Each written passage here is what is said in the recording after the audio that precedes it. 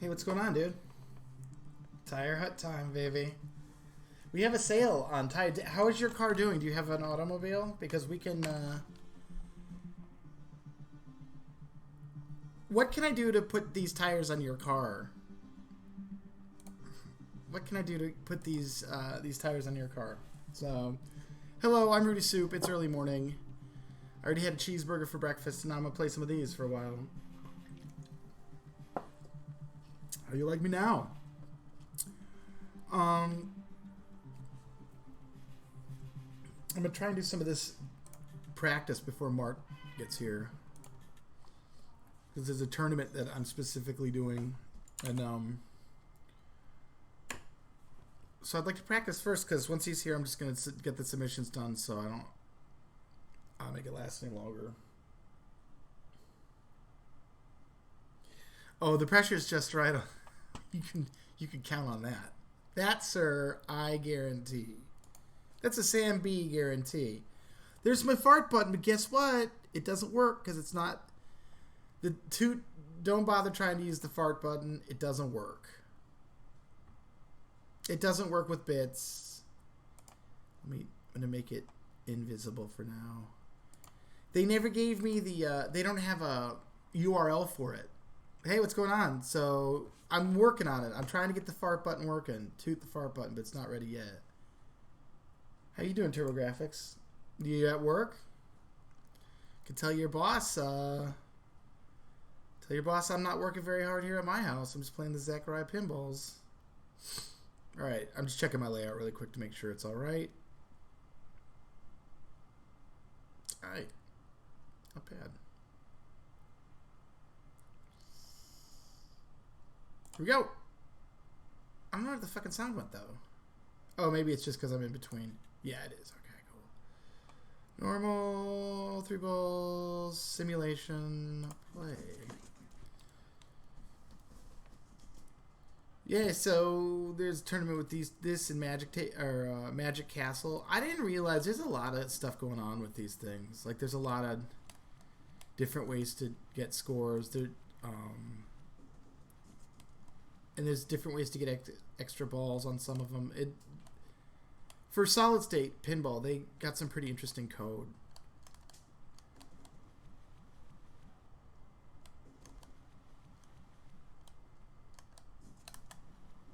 Aside from having real hot art. Look at that back there again. I really want to get it up in the, or want to get the move ramp thing there. Ah, I thought I had it. That's, and I was supposed to do that and I didn't. Whoops. Yeah, tell him we ship to the UK. We have to charge an extra £4 a tire. Each tire is an extra £4, but that shouldn't be a big issue, I would think. Dude, 5 days till. Are you going somewhere, or is it just a staycation? Where are you going, dude? The only vacations I get to do are pinball ones now, which aren't bad. It's no complaint, but playing competitive pinball isn't always the most relaxing shit to do. So, and I don't even do that many of them anyway now. It's just Pinburg and, well, this Buffalo thing this year, and in Expo, but I don't know. We'll see about Expo this year. I want to go, but, well, I think if Buffalo goes, I was going to go anyway, so there's that. They might. We'll see. You never know. It's so easy to drive to. I think I'll go to Expo, but I'll only go for Friday night Pinball Life Party, and then on Saturday night, I'll go have TurboGrafx basement party. I'm just gonna stay there. Yeah, that's probably a pretty good deal. We'll have Scott Denisi come over to TurboGrafx house for TurboGrafx party Saturday night. Let's get Marty and, oh man, I ran out of time. I can actually do that. I don't think you really want me in your basement. It's awfully sweet of you to offer, but I'm a lot grosser than it appears on stream, and I pick my nose all the time. So that's something to think about. Northern Wisconsin, whereabouts? My family's, as I've stated, my family's all from Wisconsin to some degree. My dad was not originally. He was from Chicago, but he spent his high school, middle school, high school years in Lake Geneva, so he is partially Wisconsinite, and went to college there. None of them live there now except for my mom's side of the family. My dad's side all left or died. But my mom's family lived in Madison, and they had a cottage on Lake Wisconsin, which really isn't up north. That's just a little ways north of Madison, honestly. But we had another family friends, the Gillimans, who own they still do that. Family still owns the Gilliman Mack Truck Company, which is there in Wisconsin, Madison, and maybe there's one in Milwaukee too. It's pretty big truck distributor. Anyway, they had a cabin on Star Lake, which was truly up north. It was like a 6 or 8 hour drive to get up there. It was no fucking around. So, but that was awesome up there. Or is it up because you're down there where you're at? Is up north for you Wisconsin Dells? Are you going to the Dells, dude? You're kind of like, I bet you're close to Geneva, aren't you? Lake Geneva. I feel like that's probably fairly close to you down there because I know Rockford's kind of close to, like when I go to Milwaukee, there's always the option to go to Rockford too, or like everything seems to be kind of close over there. So I assume Lake Geneva is not that far from you either. But that's pretty hoity-toity now. Like when my grandparents died, the property values were already skyrocketing, and they didn't even live on the lake itself. But I'm not even sure they were next to Geneva itself. They were on one of the other ones, but the whole area there was just nuts. It got really expensive. Oh, dude, Eagle River? No shit. Yeah, dude, we used to go up there too.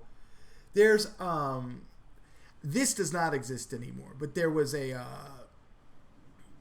campground where they had cabins and things that you could rent, and my grandfather was kind of an avid hunter, and so he was up at Eagle River quite a bit. And they'd stay at these cabins run by, I think they were called I don't know if that was the name, but they were run by a man named Jasper, which was a bizarre name to me. But anyway, that's what they'd never call it by the name of where we would go. They're just going up to Jasper's. But they were in Eagle River. Eagle River is freaking dope. That is a lot of fun up there. I haven't been that way in a long time. And them eagles is huge on the river. They are.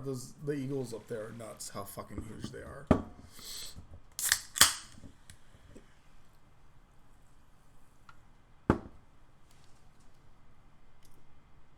Yeah. Lake Geneva, it's crazy. It was when my grandparents moved there with my dad and his sister because they were getting into so much trouble in Chicago that they had to basically, they moved to Lake Geneva because obviously it's like the country compared to Chicago, the city. Like they were in the city proper, so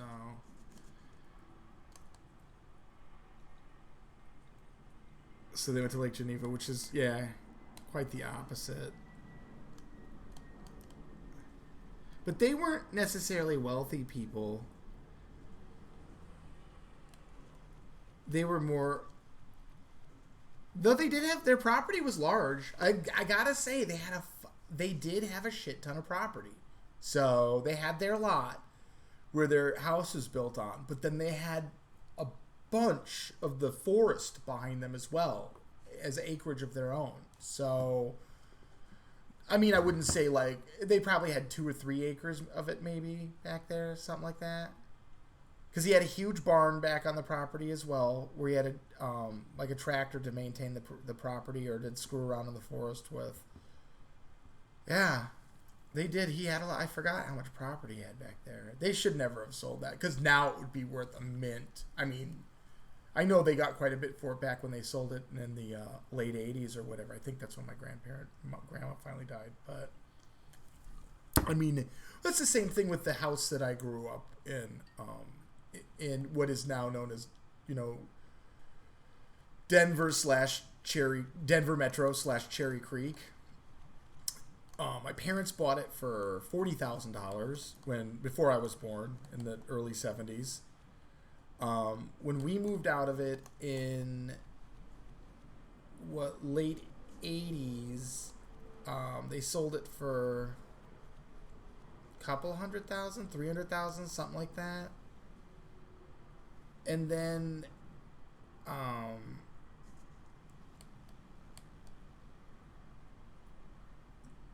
the gentleman who bought it from us was a bachelor. He stayed in it and then he passed away, I guess. He was a heavy chain smoker. I remember he smoked a lot when we met him when he was buying the house. I think this was when I lived in New York, honestly. I don't think it was, or maybe it was when I was in college. Anyway, when he died, they sold and the house went for like $800,000 or something like that. And then I looked at its valuation and it's like $1.2 million or something now. And the house is the same. I mean, it's updated inside, but updating a house isn't going to raise the value by, $1 million. The property is still the same size. It's pretty much what we left it as for the most part. There really isn't that much. They haven't really done anything else with it besides upkeeping it. But it's the neighborhood. It's the place to be. So, because it's like a 3-bedroom. It wasn't a huge house at all. Like, it was huge for the neighborhood, but not. The next house we moved to was out in the suburbs, and the next house was like 3 times the square footage, and it didn't look like it, but it was. I don't know. The house in Denver just was really small, but yeah, the property values were ridiculously astronomical. And then there's another one which is stupid. When we lived in the Bay Area, we moved out to California and Concord. And my parents bought a house out there. Well, the railroad that my dad worked for bought a house. And I think it was like $400,000 or something like that. It was a lot. It was pretty outrageous for what it was. And then we left and they sold it for like, I don't know, $455,000. It was a lot there. They had to buy a lot of house when we moved back to Denver because they had sold it for so much in California. It was kind of outrageous. And they didn't want to lose all the money in capital gains. So, but now I looked that property up too, and that thing goes for almost $2 million now. It's like, are you fucking... It's in Concord, California, man. I promise you. I can't think of anywhere in Concord that I would pay $2 million to live. So, it's not a terrible place, but it's not Beverly Hills either. So, it's not even close. Like, it's the end of the BART, man. It's where the BART ends. Walnut Creek, which is essentially a town away, if you will. I would pay $2 million to live there. Walnut Creek was awesome. I was really bummed too because my parents almost got a house there. I remember that, and they just weren't sure about it. And we ended up in Concord, and oh god, what a terrible choice that was. Because Walnut Creek was pretty. It was nice there, and the schools were definitely nicer. The school I went to was not that nice, so.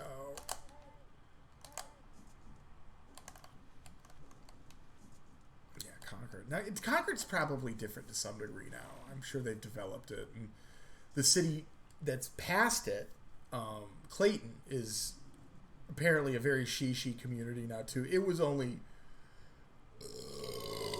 a lot of horse ranchers out there originally. A lot of ranchers in Clayton when I lived there in the 90s. But they had started to do all those ridiculous types of developments out there, and the neighbors that lived in our circle, on our cul-de-sac, a house away from us, they ended up buying one of those not tract homes, but one of those suburban style homes that they put on, farmland out there in Clayton. So,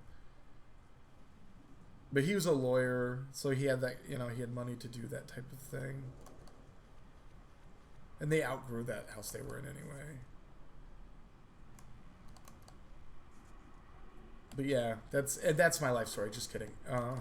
That's some of the stuff as far as real estate. Oh, I don't know. Oh, 30 minutes, dude.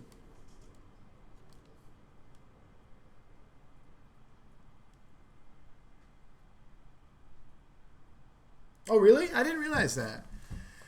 I remember when... Hey, what's going on, Wax? How you doing, dude? I remember um, when I lived in Wisconsin, David Lynch lived there. He had lived there before I got there, and then he was there for a little while afterwards. But he had a home...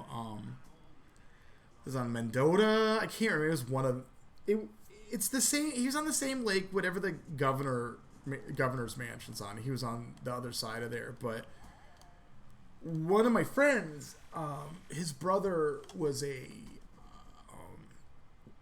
landscape. He was doing landscaping at the time, so he ended up landscaping for David Lynch, and of course there were amazing stories. Like he said, he almost never saw him there, so it wasn't really David, but it was the other shit. Like the son, he said he had a lot of dealings with his son. He was the one who kind of directed everything. But the weird stories are about like when he was doing the landscaping and things like that. He'd be out in the backyard and the son would tell him ahead of time. He'd be like, "My father's doing nature studies and things back there." So, and this will not. I don't think anybody who watches David Lynch movies, this will surprise anybody. He had dead animals in the backyard in various stages of decomposition, and so he would, I guess, he would go out and photograph it and study it. And I mean, that doesn't surprise. Like all of his movies have, I can't think of it. Did he do Roger, or is that fucking Michael Moore? I guess he must have done one. David Lynch has done at least one or two nice movies that are sunshiny, but almost everything, pretty much everything he's done is darker than shit. So. Which is good. He's a great filmmaker, but he's not known for doing G-rated stuff or stuff that doesn't have a more macabre side to it. But anyway, yeah, that was he had to watch out and not run over the decaying animal corpses in the backyard. I'm trying to think, there were a couple other really interesting rules that you had to observe when you were there that were kind of funny, but the dead animals was like that. I was like, yeah. When he told me about that, I'm like, of course he had dead animals in the backyard. That makes sense. And he's welcome to come and contest it. Maybe my friend was lying, but Pete was not. Pete liked to tell stories, but Pete wasn't the kind of guy who was like the guy who told me the story. He was not the type of person who embellished celebrity. He was pretty hippie. That didn't really mean shit to him. So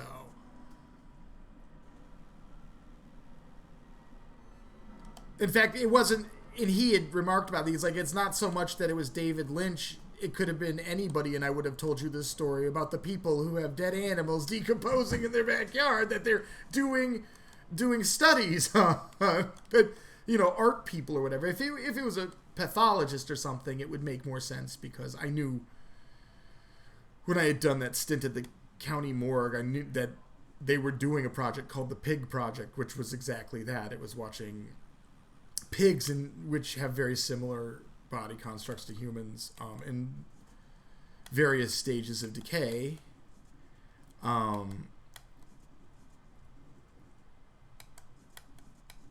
then using that knowledge to attempt to figure out, just to be able to date, if they found, an unidentified body somewhere or something, it would allow them to try and time date it based on knowing how bodies decompose in various elements. So, very exciting shit. It used to be a lot more exciting, but then shows like... I did all this before shows like CSI existed and stuff like that. So back then, people really was like, wow, that's pretty wild shit. But now it's like the movie Seven came out and CSI and all that crap. And now people are like, yeah, oh well, big deal. CSI ruined it. 12 autopsies a week. Oh yeah, dude. God, I wish Mart was here. This is the game I want to be my game. Mart. I won't even play the other one. We'll just take this Magic Castle score.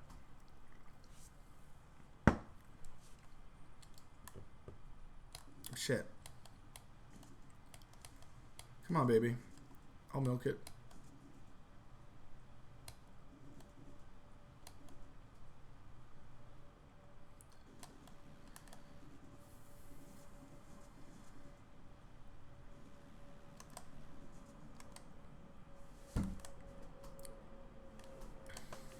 No! Oh, shoot. Poopy, poopy, poopy. That really sucks, man. Because I was so close to my high, too. Which apparently is not that good on Magic Castle. It's just not that good. Yeah, and you know, and I guess whatever, teach their own, but I don't get it, to be honest with you. My parents owned a house when I was in high school, and it was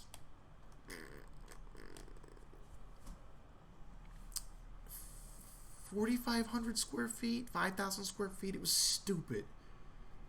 It was stupid. You could have put a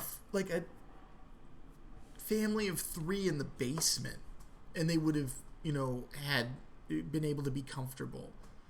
The basement wasn't sectioned off, but it could have been. You could have had 2 bedrooms, a bathroom, and a kitchenette down there if you wanted. It would have been really easy to do. It was huge. And then, yeah, God, that was an insane house. And that was nothing for that neighborhood either. That was kind of small. And it's not fun living in that. Like, even if you have someone taking care of it, it's still just so much space, and I guess some people love it, but...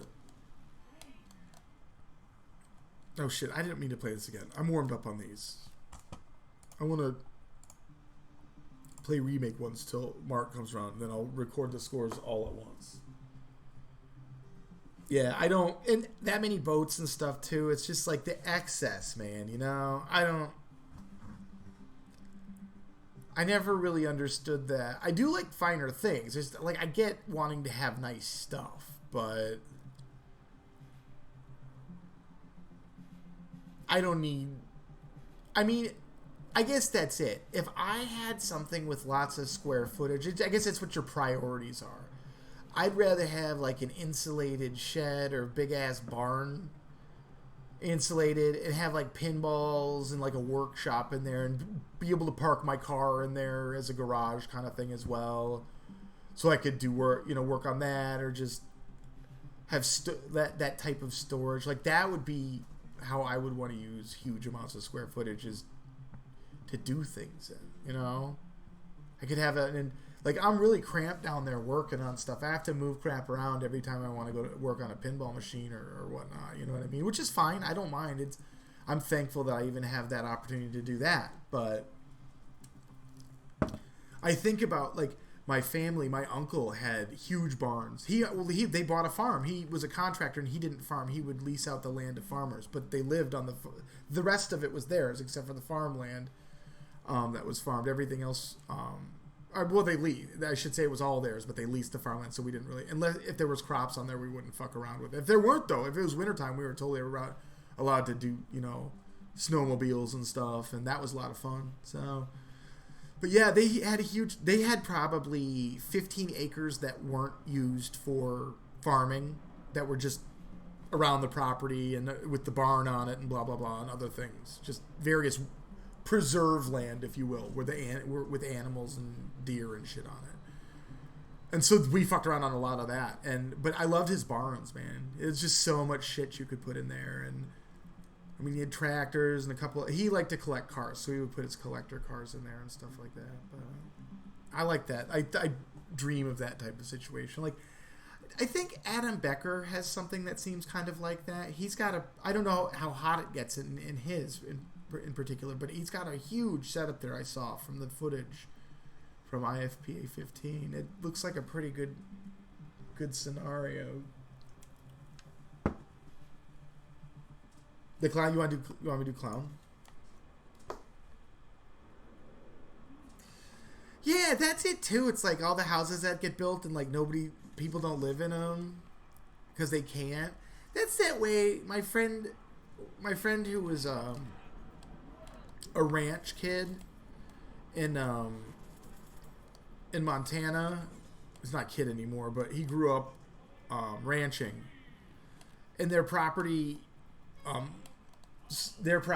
ranch had property that was adjacent to the actual Yellowstone Park. So it was really fun to go to his house because like a bunch of animals from Yellowstone were on his property a lot. So if you're into nature and animals and shit, and you could get that experience at your friend's house. So they're in the middle of nowhere. Their nearest neighbors were like 30 miles away.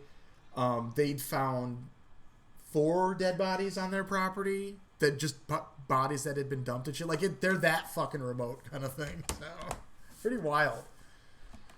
But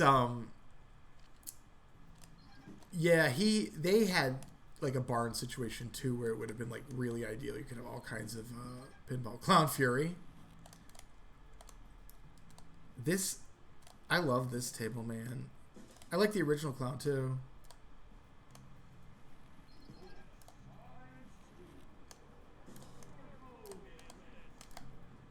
Smart mode's lit. Start mode, not smart mode.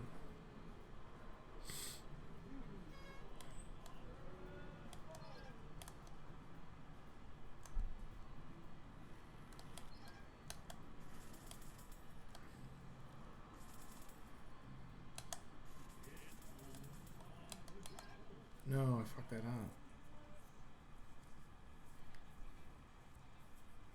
That was a juicy bonus. Oh no. Oh no, come on.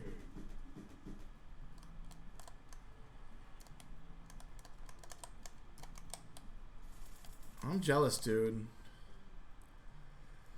Gila River's a lot of fun. And the food, too. Holy shit. That was another thing that I can't remember where exactly it was. I don't feel like it was Eagle River. I feel like the place that we stopped for cheese was one of those. And you know, if you're from Wisconsin, I think they may even have them kind of in Illinois, too. But in Wisconsin, for sure, cheese huts, where it might be a gas station, too. But it's like, they make it very clear they sell cheese here. And if you cruise on any highways in the systems that I've been in Wisconsin, there are these cheese shops all the fuck over the place. They just are. And even in this modern era, when I drive down to Madison or go to Expo, these fucking places are still there. They are here in the modern times. At least on the roads I drive, they're still around. So maybe not as many, but they're still fucking there. There's still a bunch of them.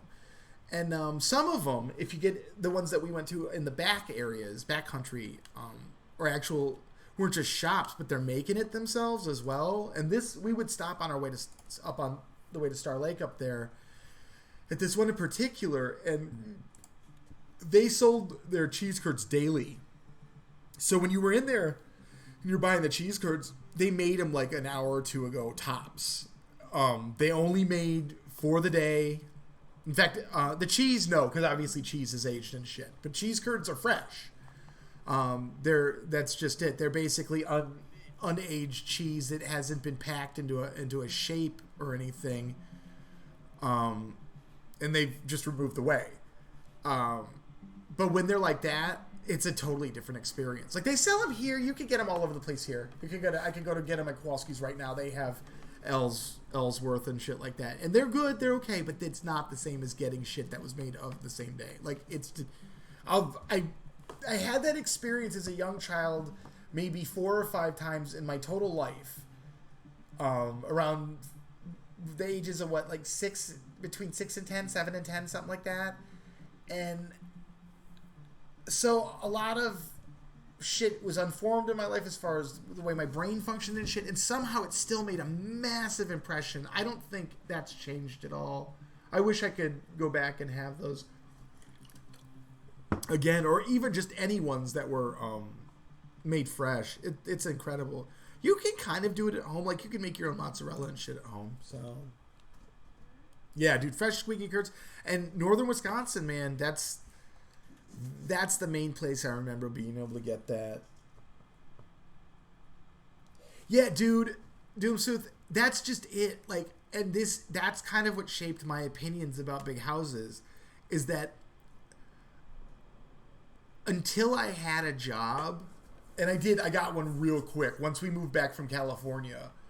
I was my junior and senior year of high school. I got a job as quickly as I possibly could, because without a job in my house, we were the maids. So, and when my parents bought that huge house, I didn't want to clean that fucking thing. I mean, I still had chores. I still had to do the lawn and clean gutters and shit. But once I was working and my sister had a job, they finally got a maid. But yeah, dude, that's just it. I don't have maids here. My wife is like, oh, let's get house cleaning. I'm like, I don't really want a house cleaner because they don't do it the way I like. And if we're conscientious, we can do it ourselves. The whole point is live. And I was like, let's, when we buy a house, and we did, buy something that, we can clean ourselves and isn't going to kill us.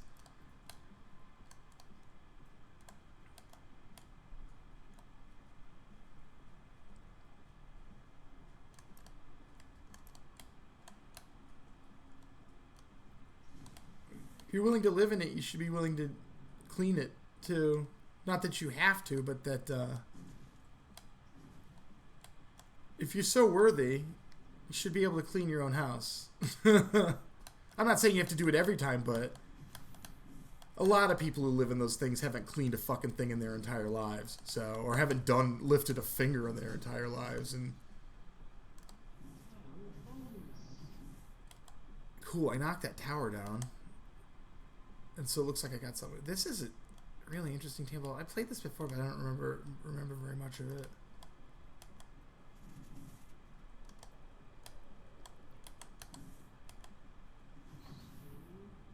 Super bumper.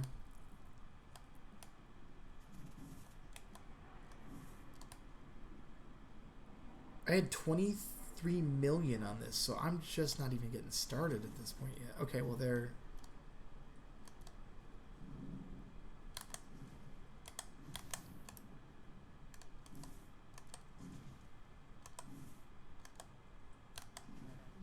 Yeah, all right, good. Thank you. So that's the kickback right there. Oh, and I wonder if the other one's the other side then. Bingo.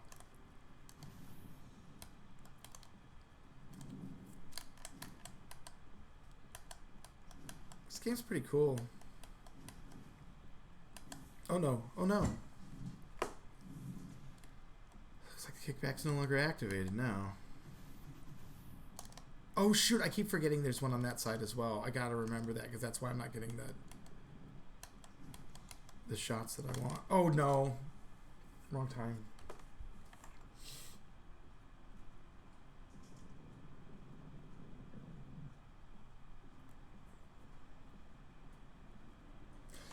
Yeah, I haven't played I play it on my own. I don't have it on the laptop here. When I'm streaming up here, it's on my laptop. And TPA is, as many of you know, is so freaking huge. And I already have it on my desktop that I'm not putting it on two different computers in my house. It's too big for that. And I don't play it enough either. Zaccaria and FX, obviously, I still play a lot, but they still have the Stern, obviously, but they're losing AC/DC. There's no freshness to it right now. It's hard. I don't think a lot of people want to see. I mean, I could, I guess. I could just do a setup in the basement and drag a chair down, and stream it. Because, like I said, I still have everything downstairs on the desktop to stream. But after they lost the Bally Williams tables, it was like, I have them. I mean, I have everything, but I'm not going to stream something that people can't buy. Like, one of the more fun things for me as the stream started to develop was the ability for me to see what kind of scores my friends were getting and stuff like that. And now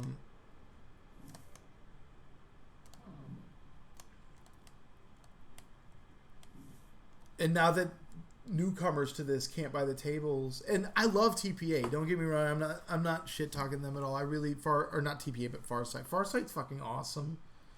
And we were talking, Tuna and Kevin and Marty and I were talking about it last night. Farsight, and they probably won't get credit for it. I will always say this because I watched it, and I think that those in the know will agree with me.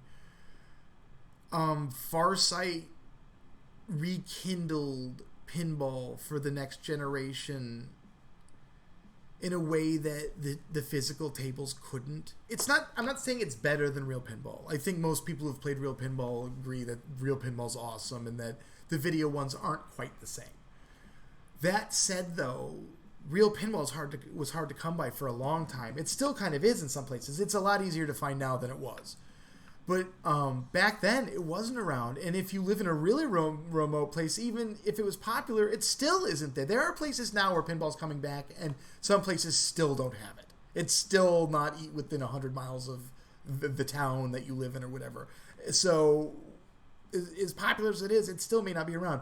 TPA or even VPX, these are all perfect for that because you can, and then Zaccaria obviously in FX2 as well.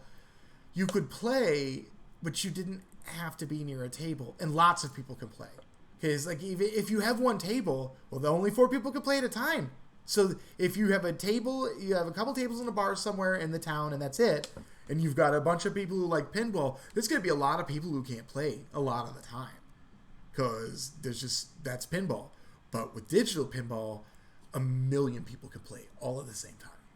And so that's another reason why I love digital, because it does things that the physical pinball can never do. Will never be able to do. Like, look at Pinburg. Pinburg, the biggest tournament in the world. And believe me, after seeing it swell up to what it's been, the interest is at an all-time high. Just based on the people that were on the wait list and the tickets that were sold, I think the interest is almost 2,000 people want to compete, and they're able to accommodate 1,100, and that's just the ones who tried. I don't know how many people didn't even bother because it sold out so fast. You were able to even see that, like you could see it sell out so fast that some people didn't even bother to wait list because they're like, yeah, if it sold out that fast, I'm not even going to wait list that. Why bother? I know a lot of people that I've met over this past year who are casual players that have asked me, I've had a Pinburg t-shirt or they've overheard me talk about it and they want to know about it. And they're like, well, that sounds like something I'd like to do. And I look at them and I'm like, yeah, it probably is. Like, I don't think a lot of people know about this. It is as fun as I'm describing, and not just because I like pinball. It's just a blast. Like, the competition's great, but Replay FX is just, it's one of those game convention meccas, really. And I know there's other ones out there. I know, they have different cons and that, are big. You have the PAX and E3 and stuff like that. But Replay holds its own, and it's certainly nobody does pinball like Replay FX. Nobody, because Papa's involved too. So, what's going on, Hazemaker? Hope you're feeling good, and I'm doing it, man, and I hope you're doing it too, Mister. Doing it. And I'm doing it.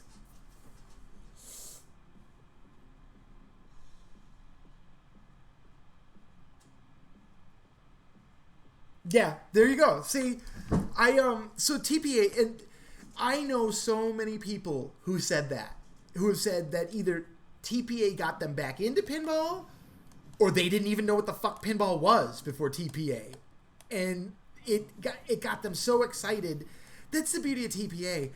Some people, maybe a few people, just stick to TPA, but almost everybody I know, they do TPA, and then they're like, holy cow! I gotta see what real pinball's all about. They go find real pinball, and then they're stuck, and then they're addicts. I mean, I know. I think Tuna said that's what really got him fired up into pinball was TPA. I know Nick Lane. Nick Lane's origin story, as much as he doesn't play it anymore, TPA was his jam. That's what got him into pinball because he's told me that.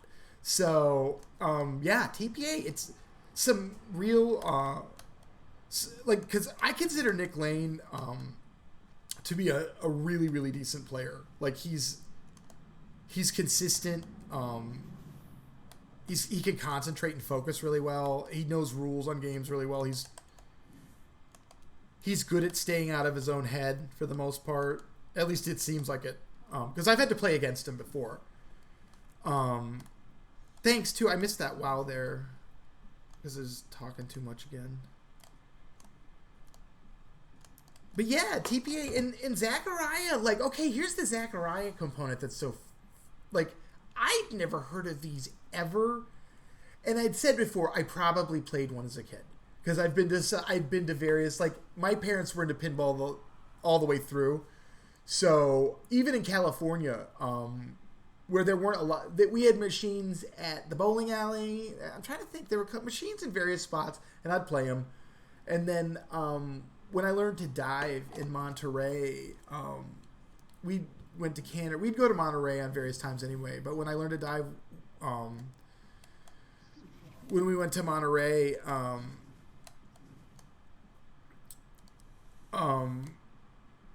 in the off time, we went to Cannery Row, and they had this just ancient arcade. Like, it had been there since, I don't know how, since the beginning of fucking Monterey. It's like really old. All wood floors, like exposed beam wood too that you're walking on. Like, you would not want to barefoot. You'd get splintered to shit. But I remember distinctly, like, they just had all these mechanical amusement devices and ancient pinballs. Some even flipperless stuff. Like, it was wild. Lots of whitewood stuff. Very, very wild. Places like that, I'm positive places like that had Zaccarias, and I probably played them, but just when you visit a place as a kid and the place has hundreds of pinball machines and mechanical amusement devices, there are very few that leave an imprint. It's kind of a mishmash of them all. So, in my head now. Because I can remember, a lot of the things I remember were more the novelty things, like the fortune teller devices, or... Oh yeah, people have seen them. They have them at zoos. They had one at the World Trade Center before it got blown up. I still have my lucky World Trade Center penny, not so lucky. When we lived in New York, we had some German friends come out, and they were wanted to do touristic shit, and they knew that we didn't like it, but they're like, "Will you please go with us anyway?" And they're like, "You can even show us where it's at, and then you can go, but just get us there." And I was like, if I'm gonna take you there, I'll go with you, whatever. So we did the World Trade Center, and they had one of those things at the top up there, where you could put a penny in. And then you turn the crank, and it flattens it. It's like a mechanical thing, and it flattens the penny, and then it imprints a different image. It rolls a different image on there, and it was the Lucky World WTC penny, not so lucky. Like I said, I still have it. It's down on one of my coin things. I'm never getting rid of that from my old WTC coin. But it sucked when we went up there because all the restaurants were closed. So World Trade Center wasn't much fun. And Empire State Building is just... I worked in that neighborhood, so that, out of principle, I didn't really like going there. And Times Square sucks. So if you go to New York and you think, God, I want to go to Times Square, there's nothing there, man. Times Square's like the place where they put a bunch of businesses that you never thought would exist because you never really wanted to shop at them. That's why you never thought they'd exist. Like, I never knew anyone who said, "Aw, shit, I sure wish there was a Hershey's store where I could buy, like, a hoodie that looks like a Hershey's Kiss." Nobody said that because nobody really wants it, and yet there it is in Times Square, a Hershey store. And the worst part about it, the worst part about Times Square is there's a Hershey store there, and they sell more merchandise than they do chocolate. And that's pretty much everything like Times Square. Like the WWF Cafe and Club. Oh, that was great. That worked out really well. We went to a bunch of different dance parties there because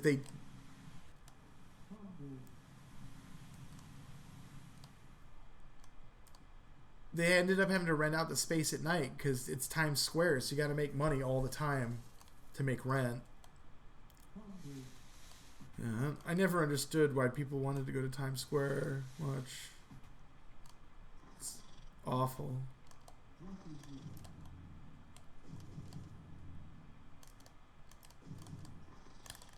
Come on now, hey. Pressed penny machine, that's what they call that? I like those things too. Number one, because it gives you a cool oval smashed penny when you're done with a neat little imprint on it. But also because it basically breaks the law every time you use it, at least technically. I don't know. It's probably superfluous, but you're not supposed to destroy currency, and that's exactly what you're doing to that. That penny, no merchant worth their salt's going to take that penny from you again. You just destroyed coinage. So, but like I said, I think it's more of a technicality than it is anything that's enforced. I wouldn't worry about the mint police rolling up on your house because you got caught squeezing the pennies at the zoo. You know, oh shit. Oh, those are coming back, by the way, these particular things. There's somebody, I was watching a video about a guy who actually works on these still and maintains them. Those, the mechanical, I talked about this the other day too. Those mechanical amusement devices makes it sound like it's a dildo. The mechanical amusement devices or machine that, it has those hot molds in it, and they usually put them in zoos and shit. That I primarily saw them in zoos. I mean, I know they did them for like builds. Like I feel like the Empire State Building might have had one when I was in there too. You could make one of that, but it blows hot wax into these molds, and then it creates like these little wax statues. And like I said, most of them I ever had were from zoos, so you could get like they'd have like 3 different animals you could pick which one. But I always thought that was clever as hell, man. And a way that you could take a cool prize home, but at the same time, it's totally biodegradable. Doesn't have any packaging to it. In the machine, like you get to watch the machine do it. I always thought that kind of shit was fascinating. That's why the penny thing's interesting too, because you get to see the machine make your stuff. Wax sculptures. Yes, dude, those are so dope. I assume they probably... the last time I was at a zoo, they had one of them. So I assume that...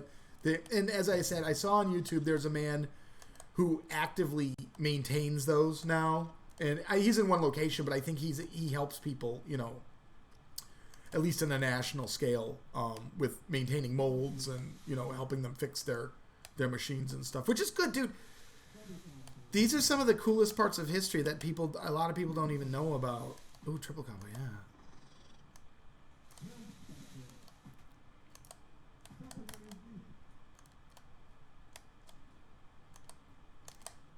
Oh, I blew it. All my combos are almost done. Ah!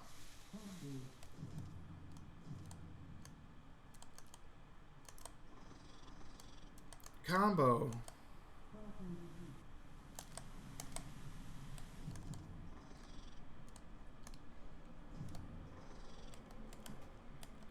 The voiceover on this sounds like Mart a little bit. I don't know if it is, but I heard his voice on a YouTube video, so, and that might be him. I'm not sure. I know Bravel's on Pinball Champ. Come on, man, that was terrible. On my part, I mean, yeah. Oh wow, I almost did it again. These boogers. Oh, shit. So I've been playing South Park, Fractured Butthole. In fact, that's when I'm done today. That's what I'm going to be doing when I'm done doing my stream today. That's what's going to happen here. I'm going to have another delicious cheeseburger because I had a cheeseburger for breakfast. Going to have another cheeseburger for lunch.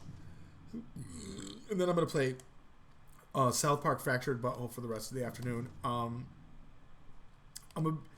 It's a I think it's a better version than the Stick of Truth. I like Stick of Truth, but I think that there was some stuff that I wanted out of it that would have made it a little more interesting for me. I think that I don't know if I would have done what they did with Fractured Butthole, but it works. I like it. So I guess it doesn't really matter what I would have done.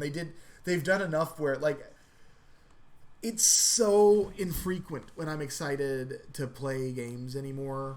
I'm more excited to hang out with friends. Like, when I play Fortnite, and I'm not even bad at it. I'm pretty good at Fortnite now, so for the most part. But I have more fun playing Fortnite because I'm playing with my friends. I do it myself, but I do it way more often when I play with people.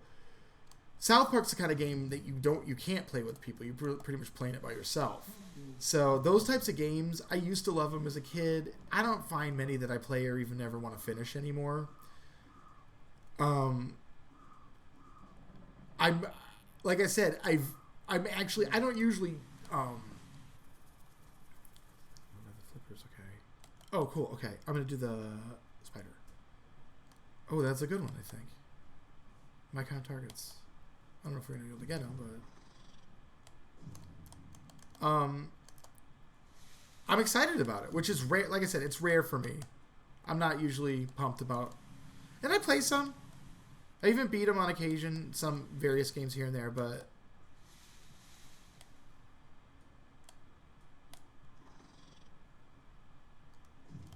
I get that feeling where I get drawn back or something towards something like, oh, I want to play this again, but like I honestly am never, seriously, just not that excited, honestly, about games all that often. I play them because maybe they're fun, but that's kind of how I feel about Civ games sometimes, Civilization, for those of you who play those. But after I have a nice long game on Civ or something, and I have a win or something, then I cannot play it for like 2 years. You know what I mean? Like, it's like, okay, I did it, bye.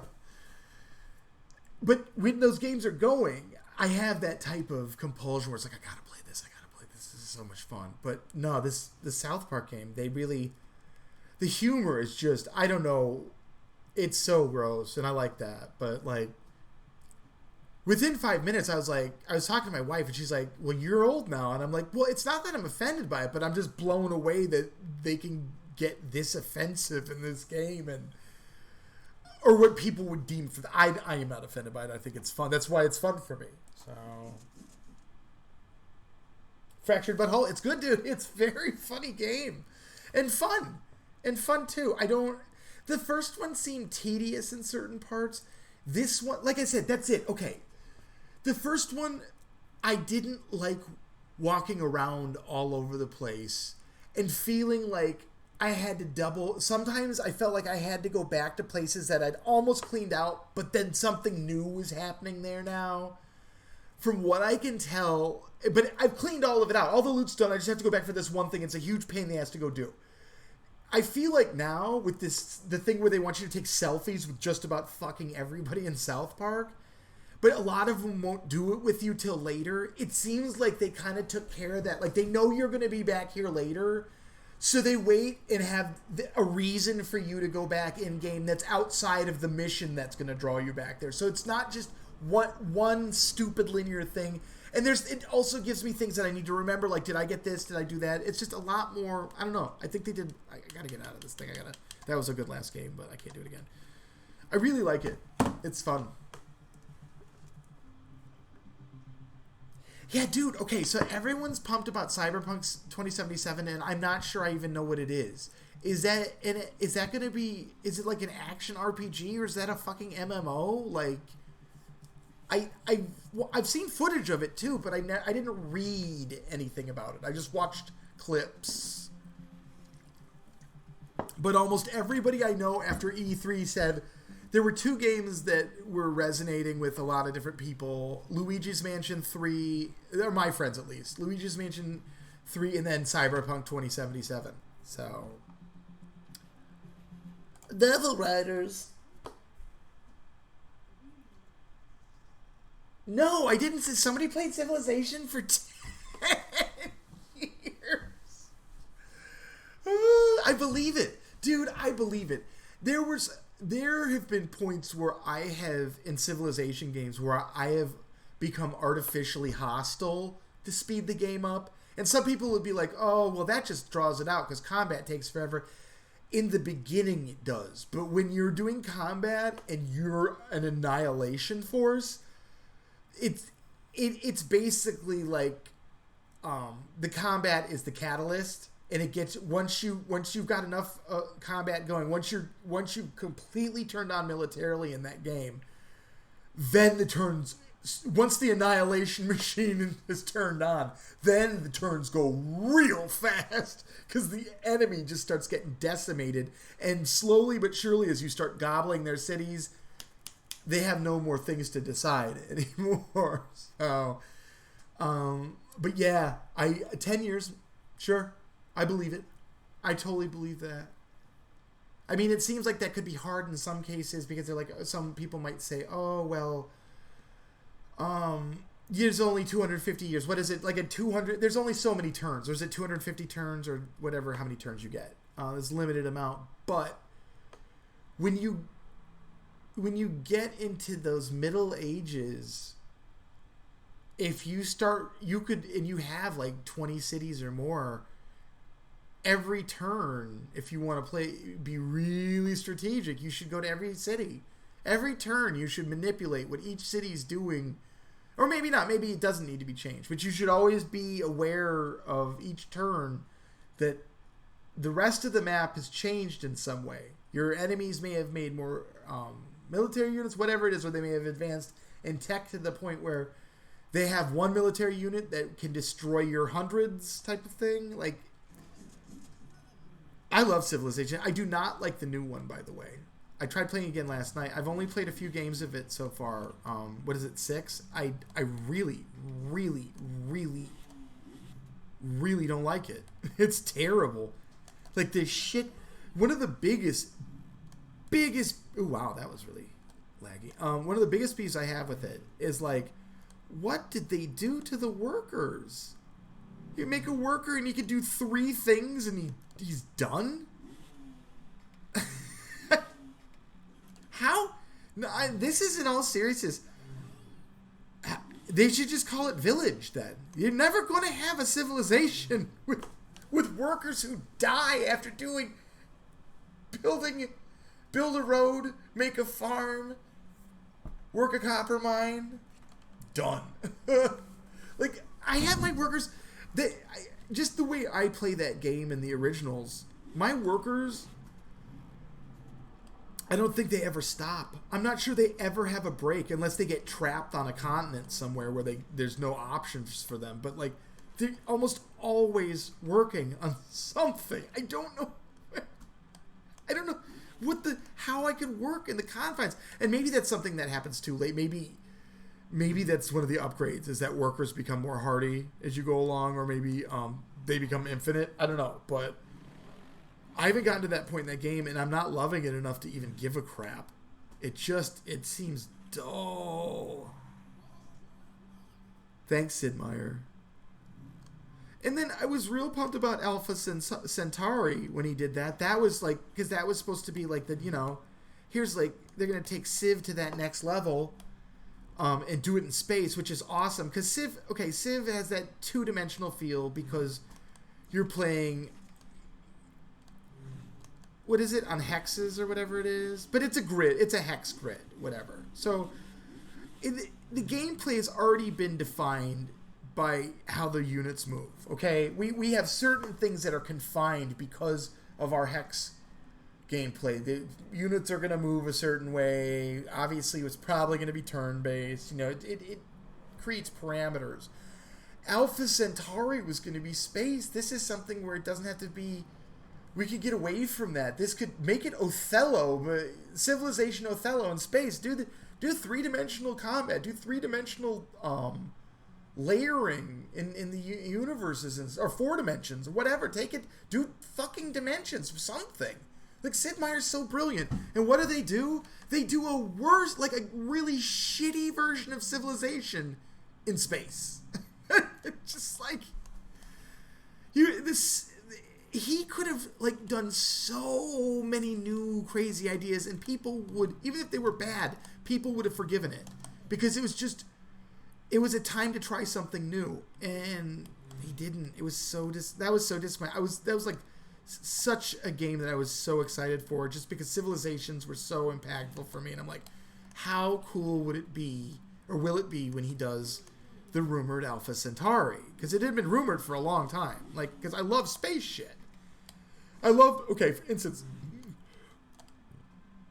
Warcraft 3 was awesome. StarCraft, freaking loved them.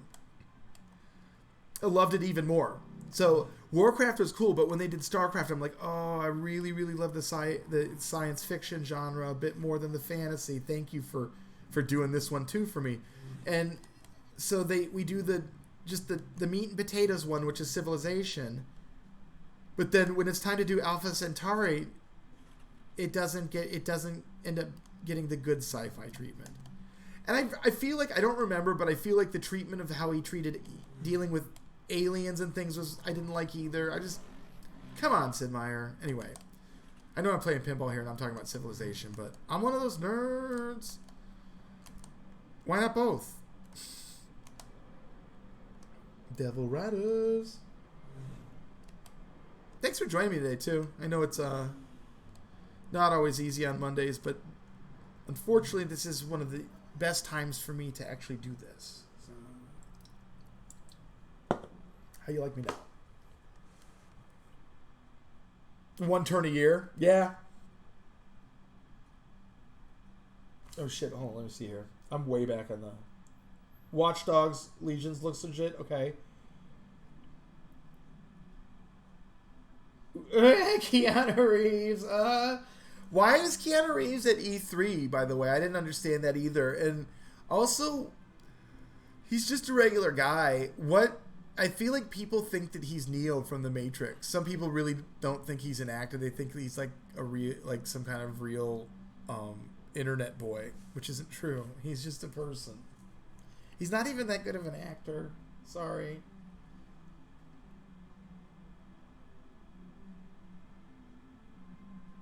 He played till 3991 AD, so he went past the usual constructs of the game then, which is fine, because you could set that up, and I would, as long as you don't make it, like, if you make a game and you set up custom, as long as you don't handicap it to the point where it's like, you know, you're doing warlord difficulty, and you make it so there's only one other player on the map and he's way far away, and you spend all this time building up so you can have this long drawn out conflict that really could only exist with you doing the special settings to set it like so.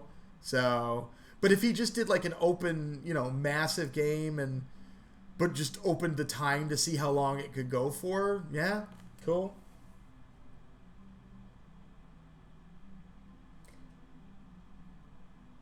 Oh, yeah, that's good. I'm glad you're getting paid to watch me. My pleasure. I'm trying to, and I think I've been sticking with it for the most part. I'm trying to get a schedule going here where I'm doing Mondays, possibly Tuesdays, Tuesday mornings like this with the digital pinball. I'm hoping that I'll have time tomorrow to do another session. And I haven't visited, everybody's talked about TPA. Maybe it's time to revisit Stern a little bit for a while. I could, when I'm done here, I have a little time this afternoon. I could set up downstairs, make sure that program's updated, which it should be. But I don't open Steam up that often on the computer downstairs because I use it for the physical pinball streams.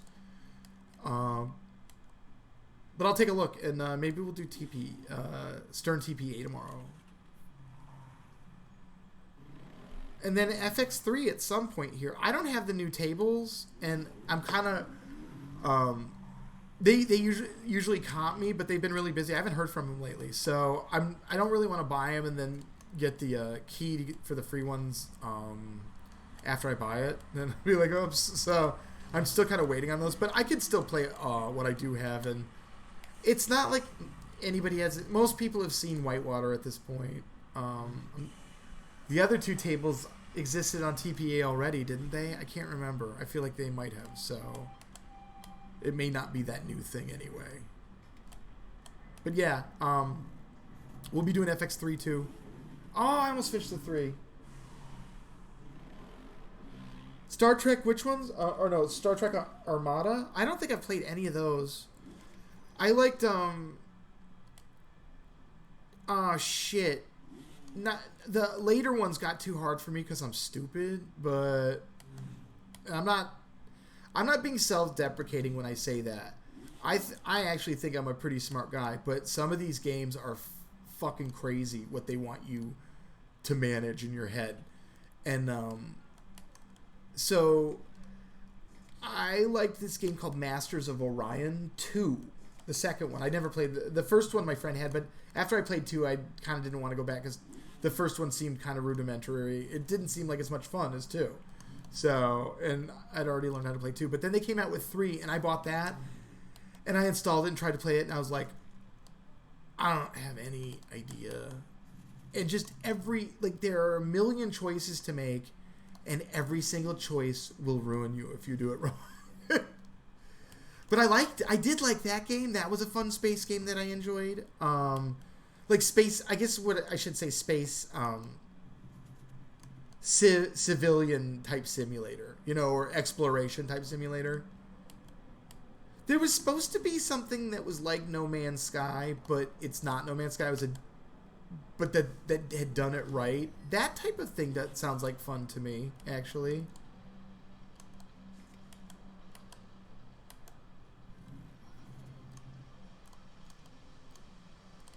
Oh, shoot. That's only... Oh, wow.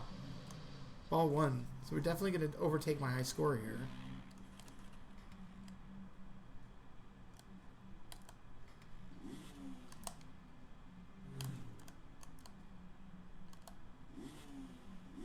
Come on, baby.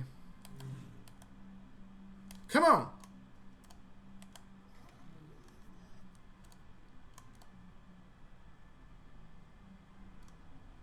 That reminds me too. I need to get back to Tilt sometime soon. I haven't been back to Tilt since I left.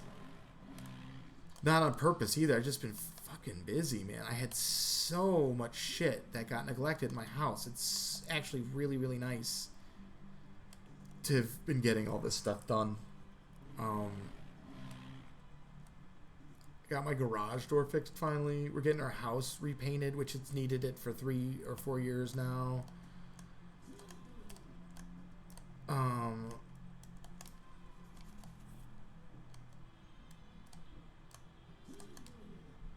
Whoa, where am I supposed to go now? I gotta do the lock shot thing? God damn you, dude. We ain't gonna make it easy on you.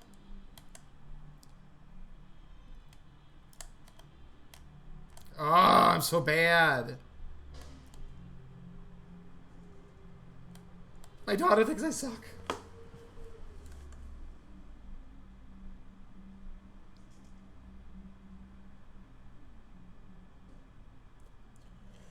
Oh, yeah, no, I heard they fixed No Man's Sky. I haven't watched it recently, but when I speak of done right, I speak to the release. The promises made when the game launched that weren't kept.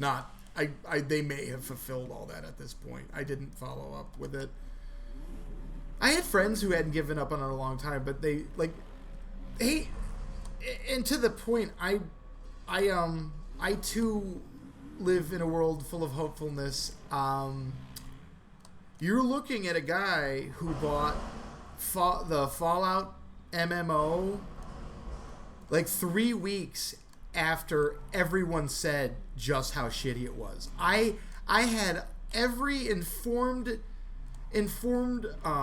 opinion out there on this shit, and I still bought a collector's version with extra stuff in it. Not physical stuff, but extra in-game shit. I gave him the extra $20 knowing with the hope that one day that game's going to be playable, because I don't even have it downloaded now. I spent $89 on a game that doesn't exist on my computers currently, because I looked just recently, maybe a couple weeks ago, and it doesn't sound like much has changed. I don't.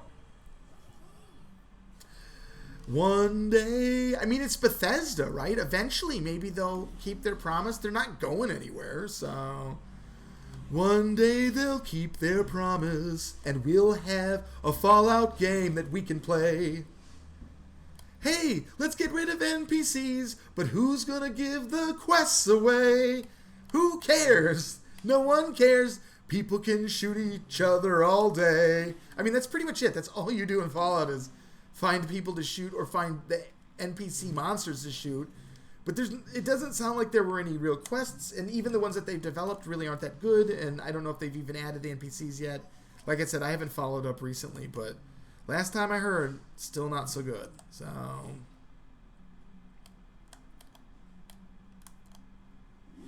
sorry, Fallout, but not sorry, because I love those games. Like I'm a Fallout fan before the series was even named Fallout. I'm a Fallout fan when it was called Wasteland. Wasteland was the original concept behind Fallout, and it was what I would call Fallout, the original game. It basically is a similar type of thing as Fallout, as far as post-apocalyptic role-playing game. Now, Wasteland, Jesus Christ, dude, it's like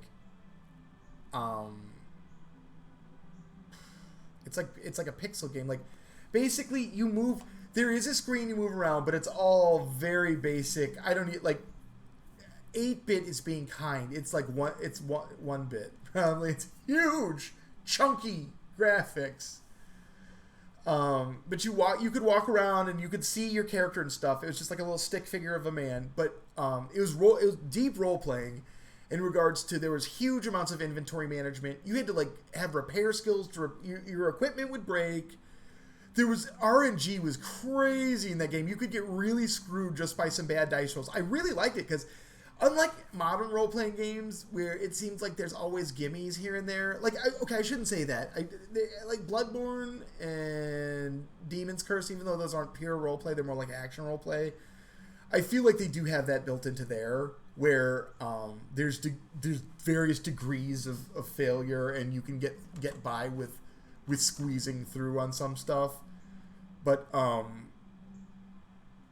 it's still really, really hard. They don't give it away in Bloodborne or those games. Whereas like the more modern RPGs get, they increase like the difficulty of managing the items and stuff like that, and the crafting and crap. But they never really it's not an increase in difficulty in the game. It's just more shit to do, like more chopping wood.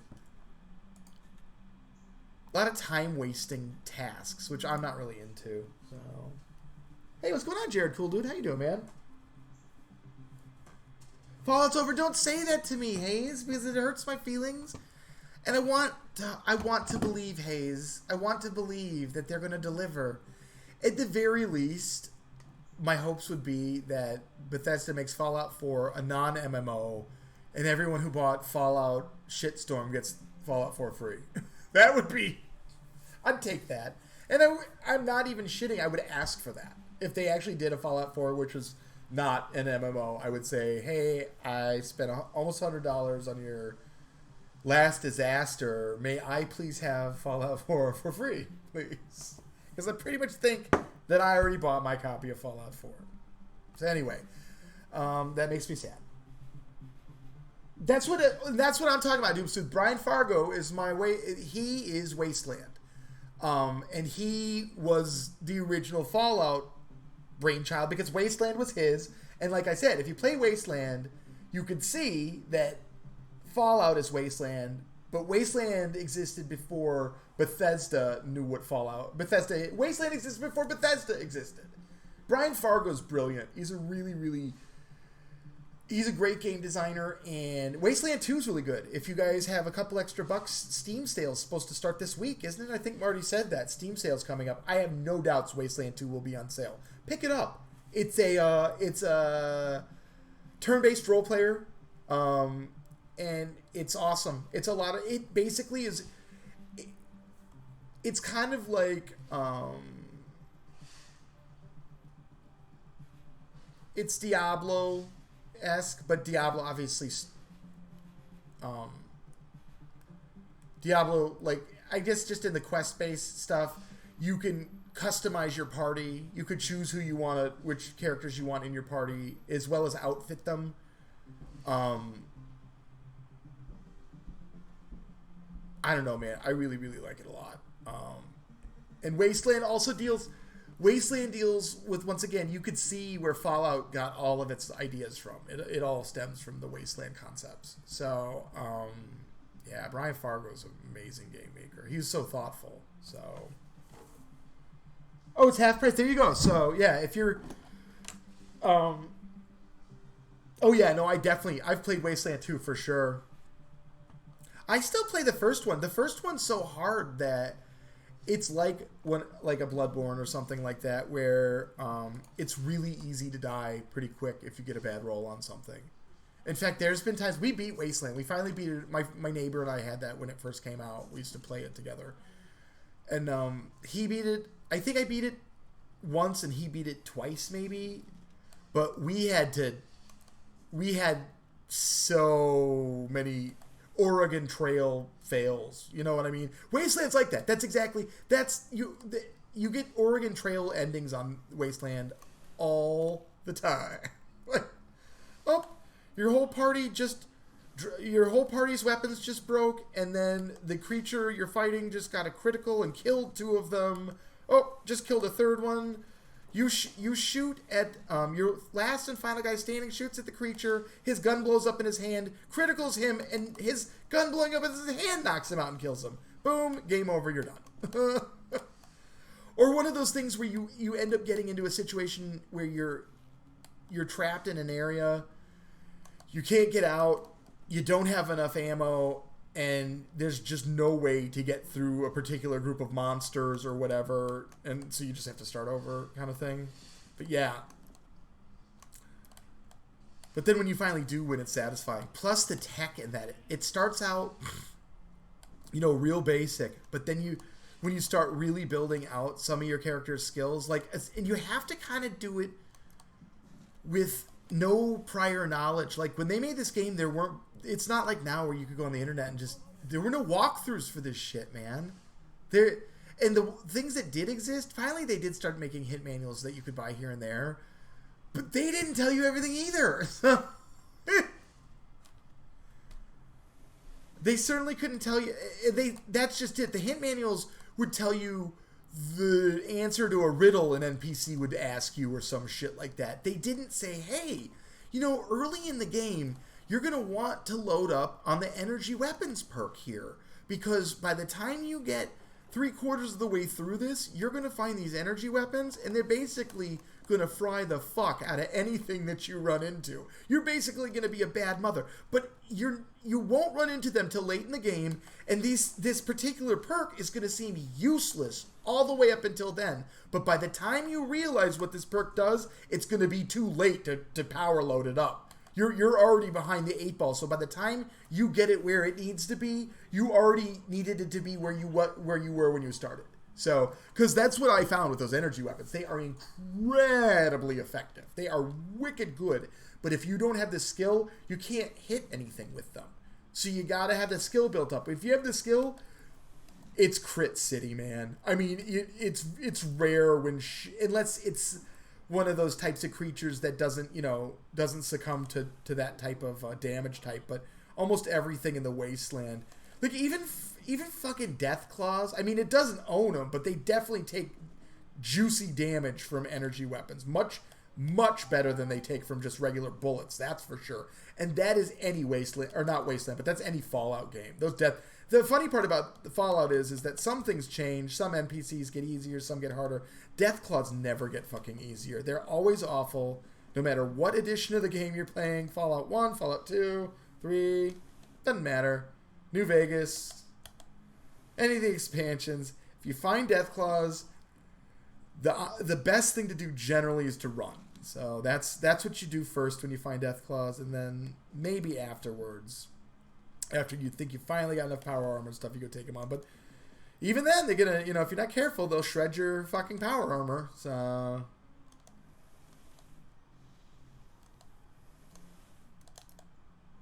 I liked Fallout 3, but I was really sad, man. That was one of those, Just like Red Dead Redemption. Red Dead Redemption and Fallout 3. That was too much, man. Red Dead Redemption made me so mad.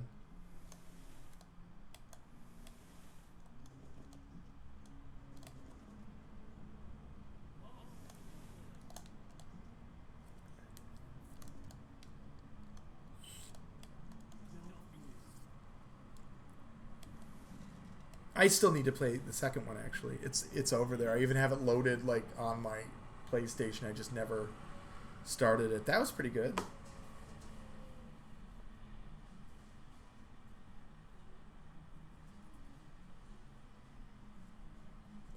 Dude, you just brought up Bard's Tale. I forgot about that too. I loved Bard's Tale, man. That game was fucking cool. It was annoying too, but it still was really good. That was another one. I had this when I lived in California. My dad worked all the time, and my mom basically lost her mind. She just was so mentally fucking ill. So we didn't really. Our parents were just checked the fuck out. So we weren't. I wasn't the kind of kid to let my parents bullshit fuck with me. So I found positive influences for that point in my life. Outside, and I talked about them. This neighbor, they're ones that moved to Clayton when I lived in California and Concord. They were my neighbors there, and they had a swimming pool, so we'd go over in summertime and swim in their pool in the afternoons. And he was a lawyer, so he was able to take a partner in the firm as well in Sacramento. Now he's actually, I think he might actually be the dean of the law school at Stanford. I know he's really high up in the law school at Stanford. As a professor, but he might actually be the dean now. Brad. But we used to also, he and I loved computer games. Like, he was super outdoorsy. Like, they had a jet boat and windsurfer, and they hike they still do. They're super outdoorsy people, but he also, like me, had a major addiction for video games. And so when I first met him, he was playing Empire, if any of you remember that game, which is just a turn-based strategy game. Really cool, though. Very Risk-like, but with naval units. But yeah, really, Empire really we got a taste. And then Wasteland happened, and then we got into Bard's Tale, and I'm trying to think of what else like, he would buy anything, because he had the money. As a lawyer, he could afford anything. It was just, what did we want to play? What looked good? But, oh, dude, there was another one. And I'm not really a big war simulator type of guy, but this one was good because it was really hard. Gunboat. It was a Vietnamese gunboat simulator, or a Vietnam War gunboat simulator, and it was awesome. It was so much fun and hard, and I don't know. Like I said, normally those types of things don't do it for me, but I really liked it. The missions it just felt really satisfying to complete a mission on Gunboat. So, because they were so fucking hard to do. But yeah, so we were playing all that early stuff. But yeah, Bard's Tale too. We played a lot of that. That, and then Baldur's Gate as well. I don't know if you guys... Baldur's Gate we did quite a bit of. Wing Commander. Oh, geez. So when Wing Commander came out, we liked that so much. He ended up buying an actual joystick. And back then they were like, I guess they're still expensive, but back then people just didn't spend, it was crazy to spend that much money on computer stuff because it just wasn't normalized like it is now. Having a computer made you kind of a nerd back then. Especially if you used it for video games too. He wrote a lot of novels though too. So like he liked to write spy novels and shit. So that's what he also used the computer for. But yeah, dude, that fucking Wing Commander. Oh, and Wing Commander 2 I thought was really good as well. And I'm once again I was never really a military simulator kind of guy, even if it's like fictional. But like that's a flying game, space combat game really, with a great story to it. But I couldn't get enough of it, and it's like, for the first time ever, like in a space combat game, like they had bosses. They had these huge. You take on these big ass cruisers and shit, and this tiny little space fighter, and like that Star Fox type of feel. But this was before Star Fox, So no, Wing Commander was so epic for me. We really liked that too. But what Wasteland honestly was, I think, our favorite game overall. We played a lot of that, and it was all. There was another one that they did, and it was terrible and super buggy. And it was the same type of thing, but it was based in Miami or something or Florida or something like that. Some type of post-apocalyptic Florida game. And I can't remember what it was, but boy, I didn't love that. I loved to play it, but it was so buggy. Bard's Tale, though, yeah, dude, right? 24 months in a row. What a streak. Marty, you really did it this time, Marty. With 24 months, that's 2 whole years of subbing my channel. 2 years for Marty. 2 whole years.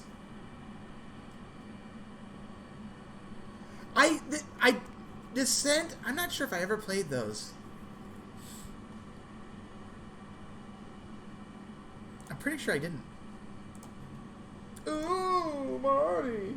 24 months of wasting $5. How much do you think that's? $120, Marty. But I hate to break this to you. Is it 120? It is.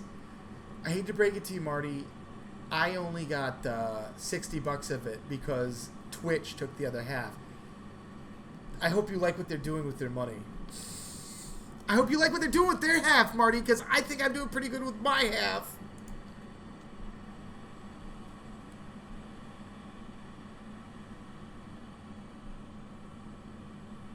Oh, no!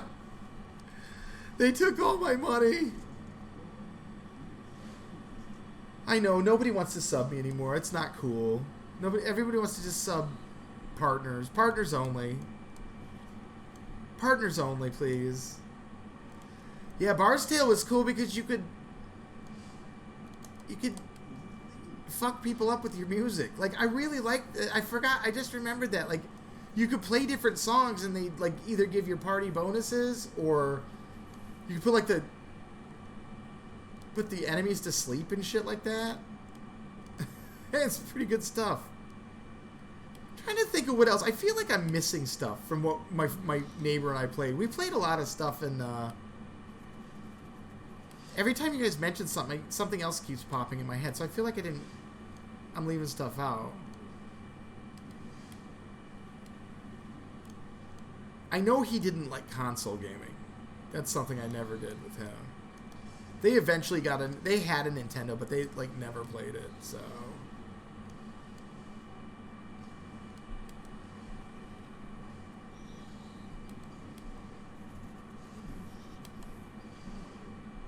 Wow, I'm gonna have to close that window because apparently they decided to bring in a fucking heavy equipment to do something outside there.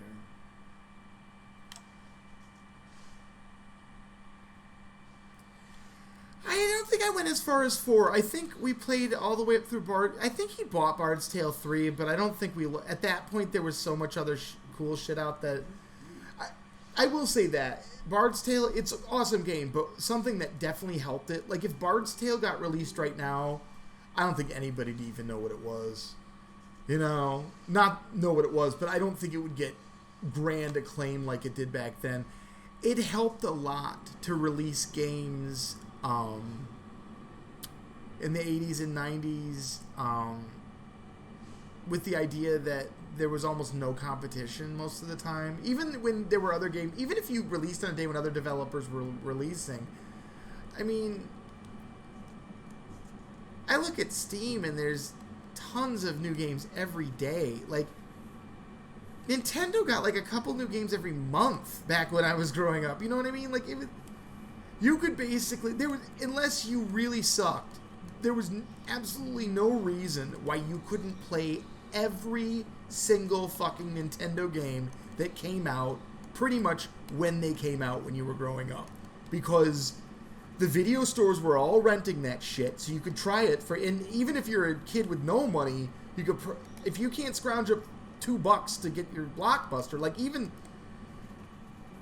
could steal $2 You know what I mean? So to that point, even the kids I knew growing up who didn't have a lot of money had Nintendo, were able to get Nintendos, and were able to rent Nintendo games. So, no, and like I said, they released so few, so infrequently, that, you know, they release a few in a month, and then you go to the video store, and by the time you get to the end of the month, every Friday you rented one, and you played them all. Or heck, if you want to rent 2 each Friday, 2 weeks through the month, you're done. You know? And some of them were so easy and stupid. Not only did you rent them, but you beat them too. Like, and then you're like, fuck! I almost paid $40 for this pile of trash, and I would have beaten it in 30 seconds. You know what I mean? And then there were other games that you bought, like Castlevania or Mega Man. That's what's so interesting, is that it doesn't surprise me that people like those games a lot now, because when we had them growing up, we'd try the things, but we'd always come back to those because for some reason they were just more fun. I gotta close this fucking window.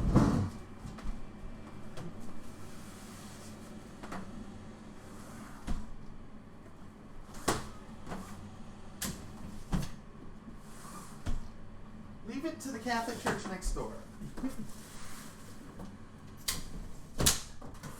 They'd be like, oh, you're streaming? Let's get the fucking crane going. It's a crane that literally is a 4-story crane out there. They're lifting it up right now. That's what we're hearing. So, thank you, guys. School's out, so now they love to fill the neighborhood with noise while they do their upkeep for all summer long. It's so much fun living across the street from them. Psych.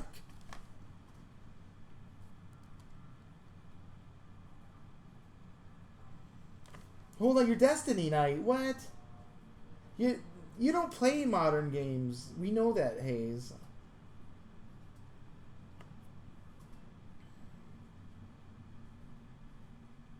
Yeah, dude, it is true. That was back when games had, the box art was better than the game art in almost every particular case. So, oh shit, seriously? I don't know why I started this again anyway. I got a good feel for these, though. I'm doing okay this morning. If anybody in chat works for a Fortune 500 company and they want to talk to their boss about sponsoring the Rudysoup channel, just let your bosses know. For business inquiries, dial 1-800-MY-HAIRY-ASS. You can reach me there. Hey, what's going on, Rhino? Yeah, I did the walkthrough guide, Call Me Rhino, and the one thing they were missing in the guide is they never give you the reference, at least when I did it, I opened it a couple of different times, they never give you the reference URL to actually attach to OBS. If you know where I can find that, please let me know, but when I open it up and I go through, it has the various tabs on, you select through when you're going through the setup process, and you get to the one, I get to the one where it's like, here's the URL, and they even have a line, and it's fucking empty. There's nothing fucking there. So, I was waiting to see where I might find it. If you know where I can find that, please let me know. I'll install it immediately. Guess, yes, my toot the fart button is not working right now, and it's got me real pissed off. Yeah, no, I couldn't find the URL for it. But if you have that, we can get to tootin' real quick. Actually, I'm not sure where I'm even supposed to put it, but I will find it. Oh, actually, I do. I do know where to put the toot button.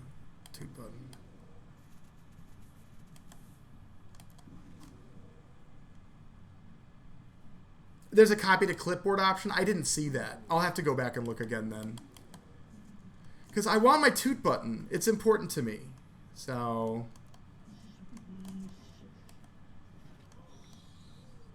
Now the kids are being loud. Everybody wants to be loud on my stream. What's going on, Goran? Thank you. I'm sorry about that too. Did it actually take your money too? I figured it would reject people's money if it didn't do that. Here, let me turn that thing completely off. Then sorry about that, Goran. I will tip you $1 in your channel back when you're on next. It'll be awesome. Thanks a lot, fart button. You just got unfarted.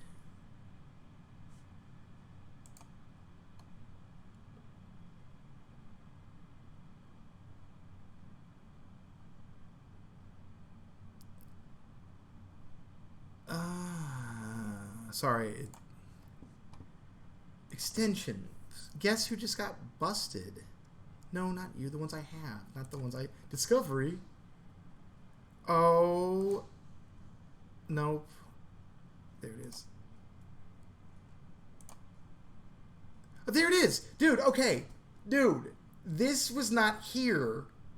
This wasn't here when I was doing this yesterday. It's here now. It was the box was completely fucking empty. I should have actually print screened that thing. So, all right. Well, it's there now. Hold on a second. Now I can see. It is 100. It doesn't even need to be 100. I'll set it. Sorry about that. I didn't even realize it was set to that. We'll set it to 25. Save it. Okay, copy to clipboard, activate extension. Now they install the far button to activate it. My extensions, creator dash. I did do that. Set as a component. I did set it as a component. All right. I dragged it. Good. Configure OBS. Add system OBS. I'm gonna add browser source. Got it. Here we go.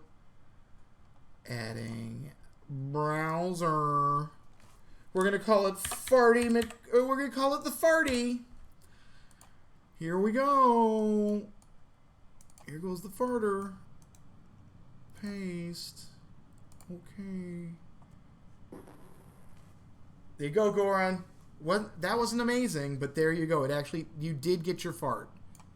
I've priced them at 10 cents a piece. Since that was a pretty whack-ass fart, we've repriced them at 10 bits a piece.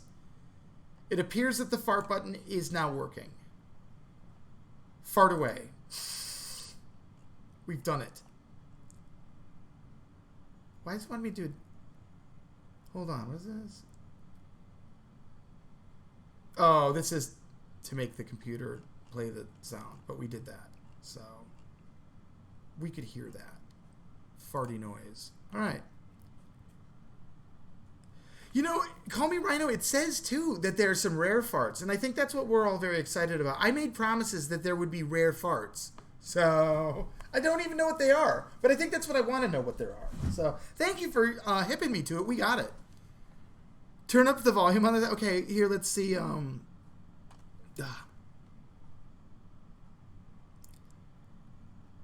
There are 2 rare farts. Very interesting. You know Call Me Rhino, you know your farts, mister. You know all about the farts. And I like that. And that's a good thing. Alright, there it is. Oh, toot the fart button. There it is in the thing, too. Can I tip? I don't think I could tip myself. Damn it. Now I want to fart. This is the best. Oh, you built Toot the Farts? Well, dude, I kind of like it. Thank you, Call Me Rhino, for making us the fart button. My friend from Buffalo Pinball, Kevin, turned me on to it, and he's like, this looks like you. And I said, of course it looks like me, because somebody made this just for me, and it was you.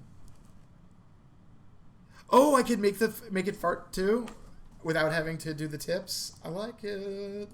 Toot the farts. Oops. Yes, I want to go back to the main menu. Yeah, I did. Let me see how I need to isolate that thing. It's because my desktop's really low. But what I can do is I can turn the old Zac down.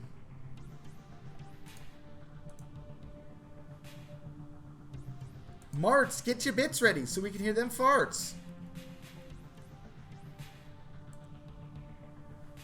I wish Marty gave up his affiliate status, so he can't do the fart program, sadly.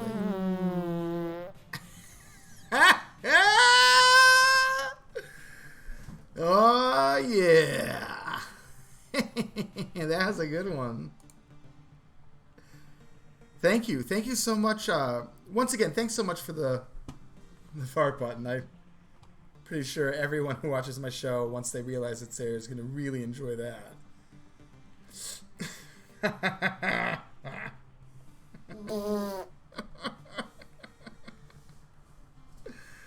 Is it set at 25? I thought I set it at 10. It's not right.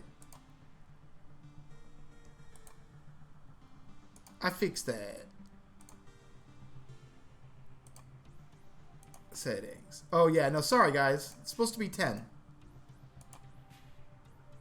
I did not mean... Oh, here. And I'll turn the volume up. There it is. So I have the volume, save settings. Perfect. All right. We got fart volume up.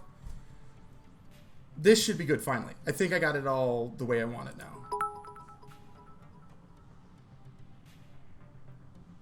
Uh-oh. That wasn't good.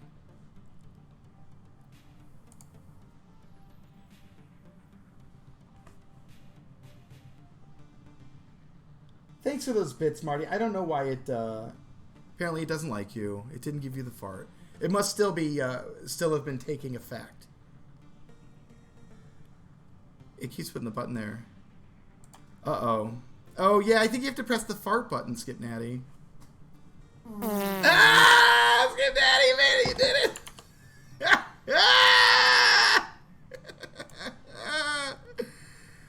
Woo!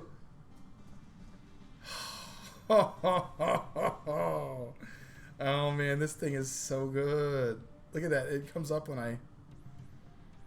Oh, boy.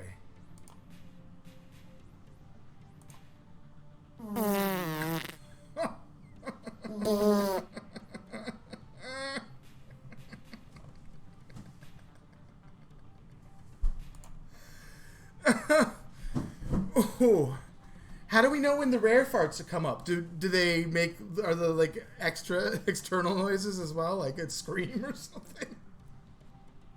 Oh God! Thank you again. I'm always looking for new ways to impress people here on my stream, and of course. Oh,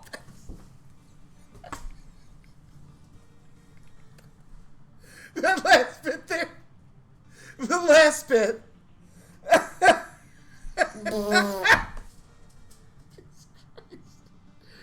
Oh, they're different colors. I see. Oh, man, this stuff. This is genius. Yes. Did they love this at Twitch Command? Did the people at Twitch headquarters were like, this, you guys, thank you. We were really trying to... That's so cute.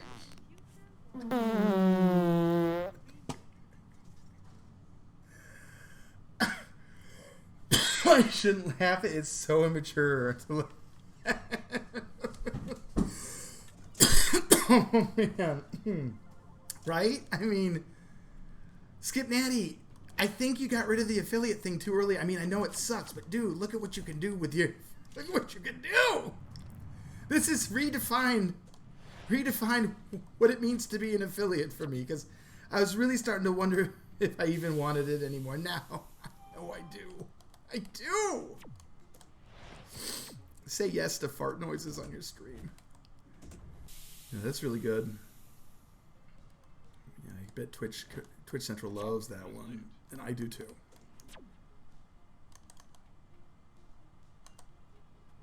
Ew, whip. Right, I thought it was the game.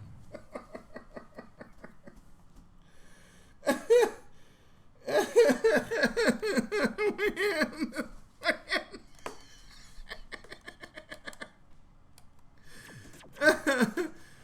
Oh.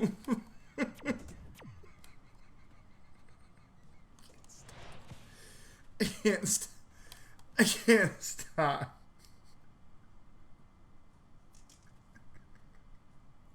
Can't stop thinking about different sounding farts. God damn it. That one is like, you better go check your pants, cause oh God.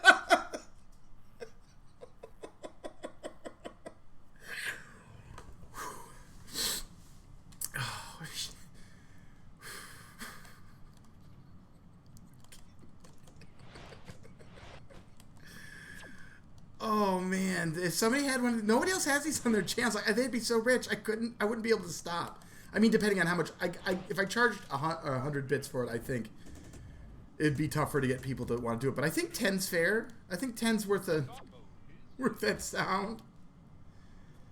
Yeah, I could see myself wanting to do like 20 farts in a row, and not even blink. Oh. Oh. Oh. Thank you so much, Buffalo Pinball. Toot toot. 24 months. Everybody's hit the 2-year mark. What an embarrassment. Congratulations, you made it. You also gave me $60. The other 60 went to Twitch. Thank you. Twitch says thank you as well. Twitch said if I want to make up any of that money they stole from me, I'd have to install the fart button. So there it is. Was that all one? Or was it 2 different ones?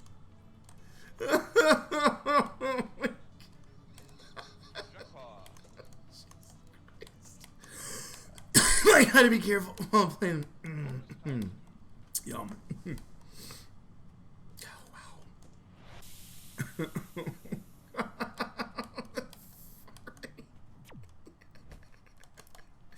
wow. I had a prop. Rhino doesn't know this probably, but I had a fart can prop. The batteries take too much to keep it going.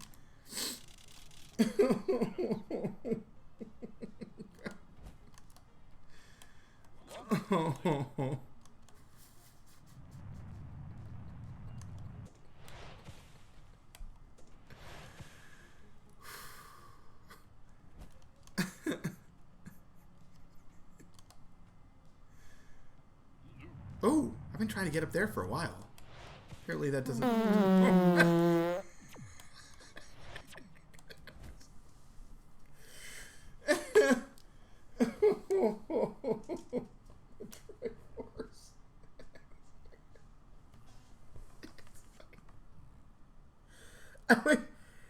Rhino, at some point, and I know that it's probably early stages of this amazing, amazing thing you've designed here.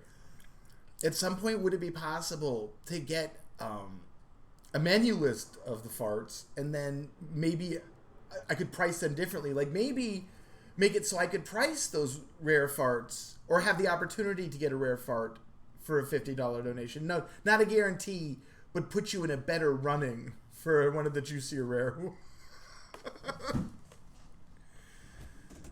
Oh. I like those are my favorite ones, the surprise ones, where they start farty and then they get kind of juicy at the end, and you wonder what that guy's pants is probably gonna have to get changed, or lady, whoever is making the fart. Yeah. I know. I want to maybe.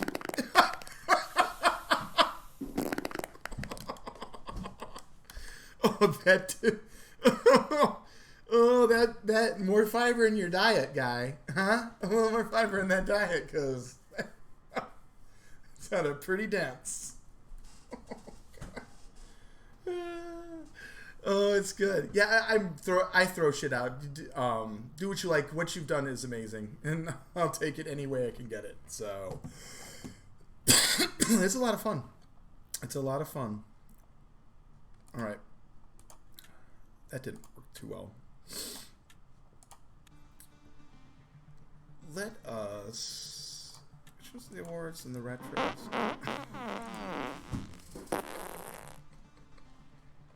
Oh my God.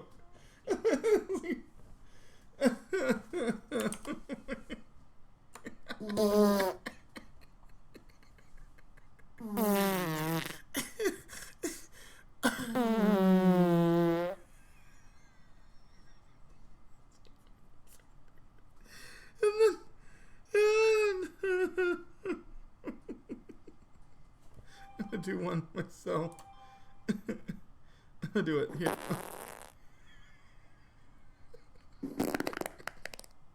I'm gonna sit when I'm offline. I'm gonna sit with OBS open and just press the fucking button over and over.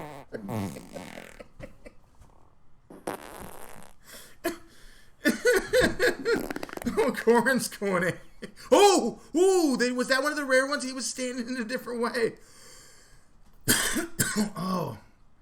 Wow. Thank you, Gordon. I can get fast food lunch thanks to this today.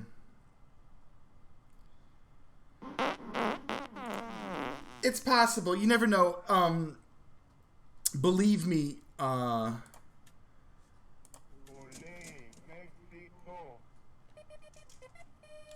I've seen, given the penchants for bodily noises, you have to wait till one of my evening streams. We'll see how, when I stream real pinball, but I usually do that at night, here on my channel. And, I could get larger audiences just because people aren't at work usually then. Also, much of the fart adoring of that particular group are all at work right now. So I can see this being a very popular extension for a lot of different streamers, not just me. I'm really surprised Buffalo didn't install it first, to be honest with you. This is totally their kind of tech.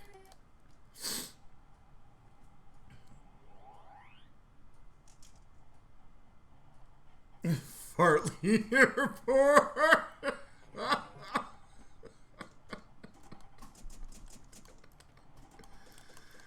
That's what I'm talking about. That is what I'm talking about. I want you to know, too,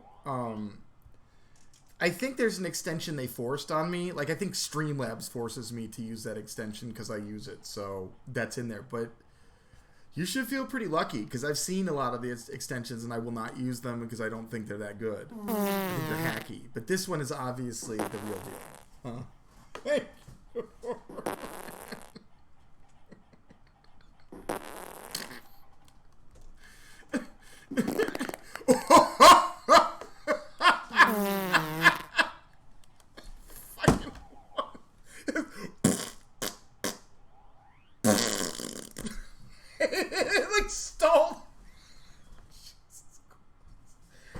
This thing's gonna fuck me. That's the best part. See, now I gotta have guests over for this. I'm gonna have to do a guest stream downstairs on a pinball machine, and then just when they're playing, when the farts start rocking, I'm hoping that'll distract them enough for me to get some big wins here. You're very classy. That's my kind of classy.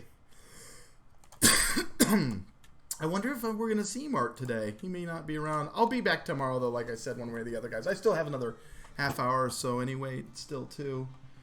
But I do have South Park on the mind. I'm not going to lie. I love South Park so much. I should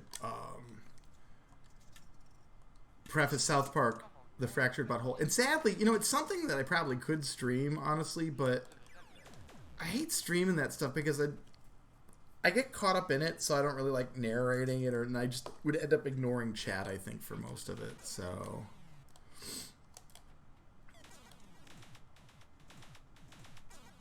Some games just aren't as social for me, though the fart noises would definitely match that game. I gotta tell my buddy Arcade about this, man. I bet he would install this, too. I'll tell him I'll spend lots of money on, which he knows I will, to get my favorite fart noises to play on his channel.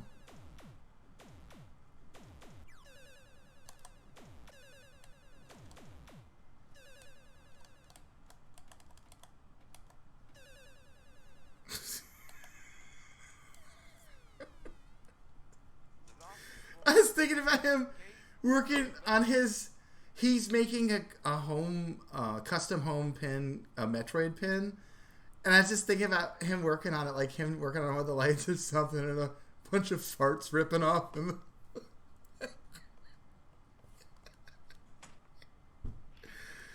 Oh, man.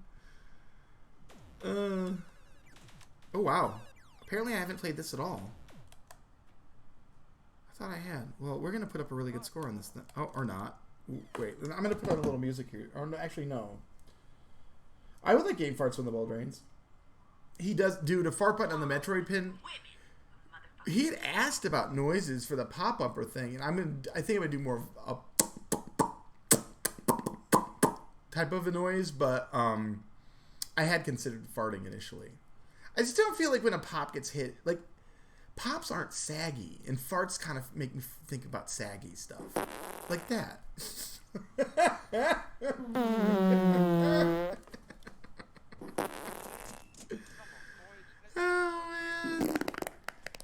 I gotta look up on my phone and see if there's... I didn't even think about that. I need to see if there's a fart app that I could use just for when I'm walking around town.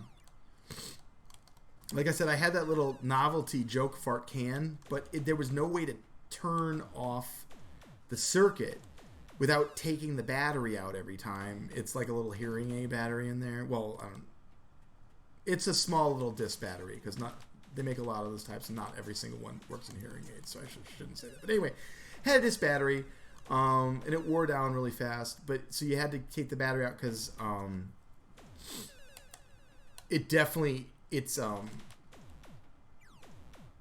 efficiency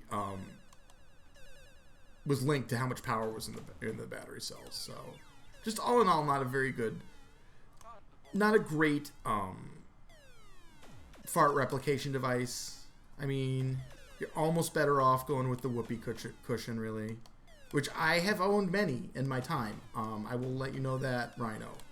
I've been an avid fan of whoopee cushions.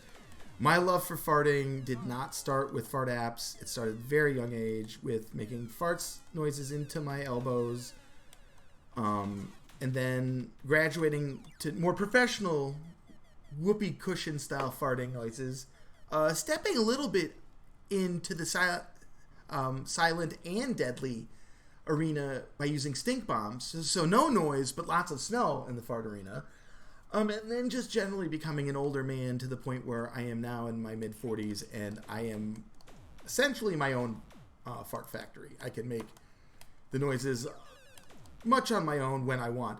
The problem is that much like your fart sounds, if I'm not careful, sometimes you let the farts go and you might get a juicy one, and uh-oh, I'm at the mall and I got foam in my pants, and that's not so good. So that's one of the reasons why, as much as I love to let them rip, there can be consequences. There can be devastating consequences to your pants, as well as your nose. Also, take note, Outback Steakhouse is doing a new type of boneless fried chicken breast where they're using the bloomin' onion batter on it and then frying it up, and it sounds oh wow, hold on, see if you guys can tell if this is fart button or me. Was that fart button or me? This is great. It's such great cover for me. No one will know if it's me or the oh, yes, please. Get in the goal. Oh shit, extra kicks. Got one. It's pretty much what it sounds like every time for me.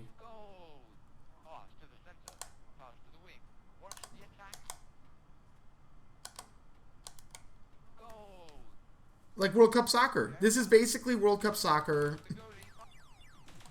10 years earlier.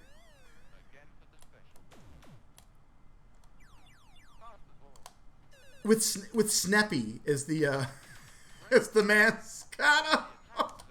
They should have gotten that when Farsight did WCS. I'll talk. You know what? Eventually, and it probably sooner than later, because I know that Zen Studios is in Europe, so I'm sure I have no doubts they probably love soccer, as many of my European friends do. I love soccer too, actually, but most folks I know in Europe do love a little soccer, and there's no doubt they'll probably want to do the WCS because that's iconic table. So maybe because it's so expensive to get, like the Olympics don't like to let their mascots. What was his name? Poopy, the Olympic dog, Striker or whatever the hell his name was. Why not Snappy? Because you won't have to pay anything for Snappy. Everybody loves them. And Adidas isn't on board, but they could be. Also, holy cow, do you think that... look at that. They got Adidas sneaks on here. And this is the new table, so...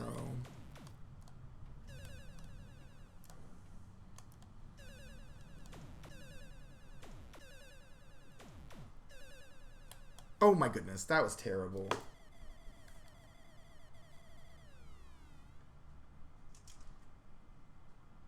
Cool, thanks a lot, Rhino. Seriously, that's it's a great app. I really appreciate it. And I will, if there's anything, questions. I'm glad you stopped by, because it would have stayed this way. I probably wouldn't have opened it up anytime soon to look, to see. I figured it was just not there. But and I promise you, when I did open it up, maybe that's something that was unique to me, or maybe that's something that happens with everyone. When I first installed it, and like I said, I tried it twice, because I'm like, there's clearly a box here with no link to copy in it. So I'm like, maybe I fired this up too quickly. So I backed everything out, opened it all back up fresh again, went to it, and it did the same thing. I'm like, oh, I can't do this without, put it in an OBS without a browser source. So thank you for coming back, because it was there. So awesome. The Jordan shirt is in my closet, I think, as well as Snappy. My wife did the laundry, so they ended up underneath a bunch of crap. But I think I'll wear Jordan probably on Thursday. So, NyQuil Jordan. He's one of the hottest players for the Chicago Bulls. Maybe you've heard of them. It's in the Slam Dunk League. I'm sure you've heard of it. So, just don't it. Yeah, no, it's a Thursday thing. I haven't decided if I'm moving Star Trek out and doing like Harlem or something maybe for one day. I don't know. It's a lot of work to move things around down there right now. We'll try this one more time for soccer's sake. Michael Jordan. And thanks again for all of your money. I hope that those of you who donated today will still it won't affect your schooling, and that you didn't spend your college book money on fart noises in my channel. But at the same time, if that's what you want to do with your money, I would encourage you to. So that was a pretty good one. That's a straightforward one. So thank you, Buffalo Pinball, for that sweet, sweet fart.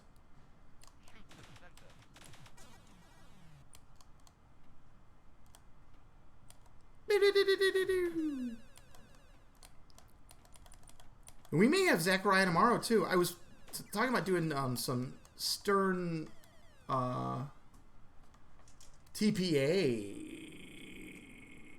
I guess we could do both probably, because I got Zach downstairs anyway. So I could just switch between the two. Start with Stern TPA, and because I want to get these tournament scores in for Mart. And they won't take long, because they're on the original tables. It's on Magic Castle and Farfalla, and those... Even a good game is only like a minute and a half on those. So, just kidding. A good game's probably like 10 minutes, but still not much. It doesn't take that long, and I'm not going to have one of those anyway.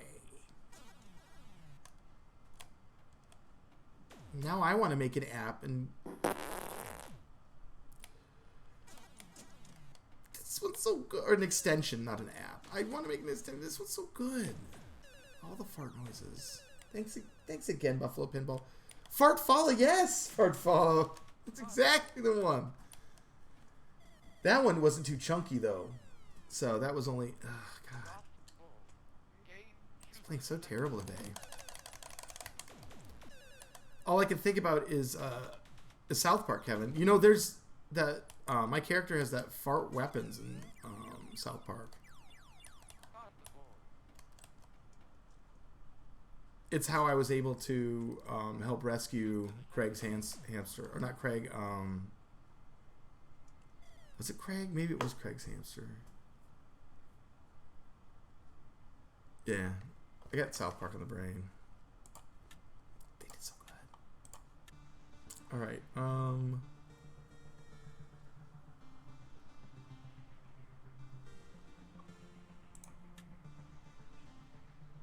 forget what the retros are versus the remakes.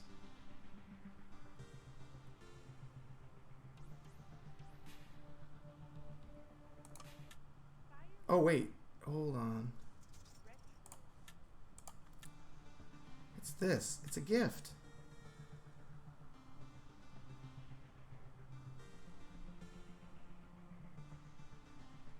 I want to play on the Time Machine Retro Table, but I gotta follow the Zaccaria. Oh, I gotta join their community. Okay, I'll do that later. Don't look at my Steam. Stop looking at my Steam. All right, I'll do that. Let's see. This is my favorite. I love Shooting the Rapids. Is good. Yeah, dude. Whoa. Holy cow. This is not even close to the same one. This is wild. This is, so they basically took solid states and made them EMs. Because the original one of this is a solid. But as you can tell, this is almost Central Park. It's so EM. Scary EM. I definitely have a... Look at this. I got to play these now. There's a whole new world. This is what I love about the Zaccaria guys. Is like, they've got stuff, but then they find ways to reinvent it, and it's fresh and fun every time.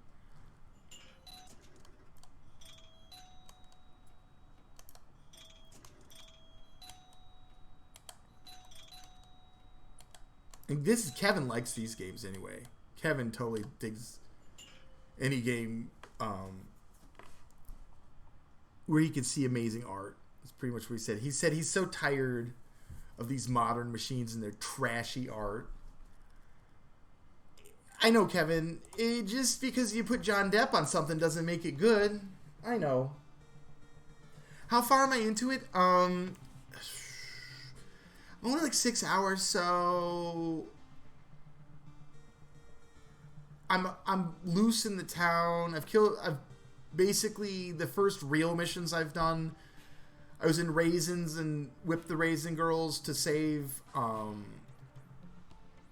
Stan, or no, Craig or whatever. I guess it's Craig. And then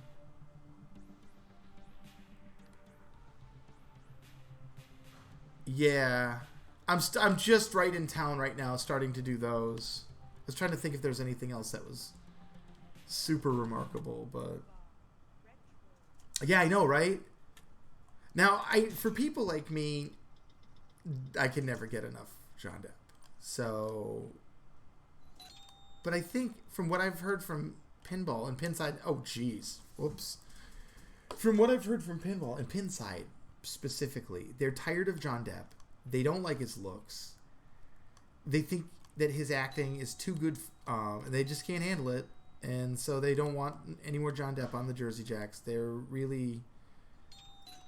want more John Cena is basically, that's what Pinside said. More John Cena, more Bob Seger.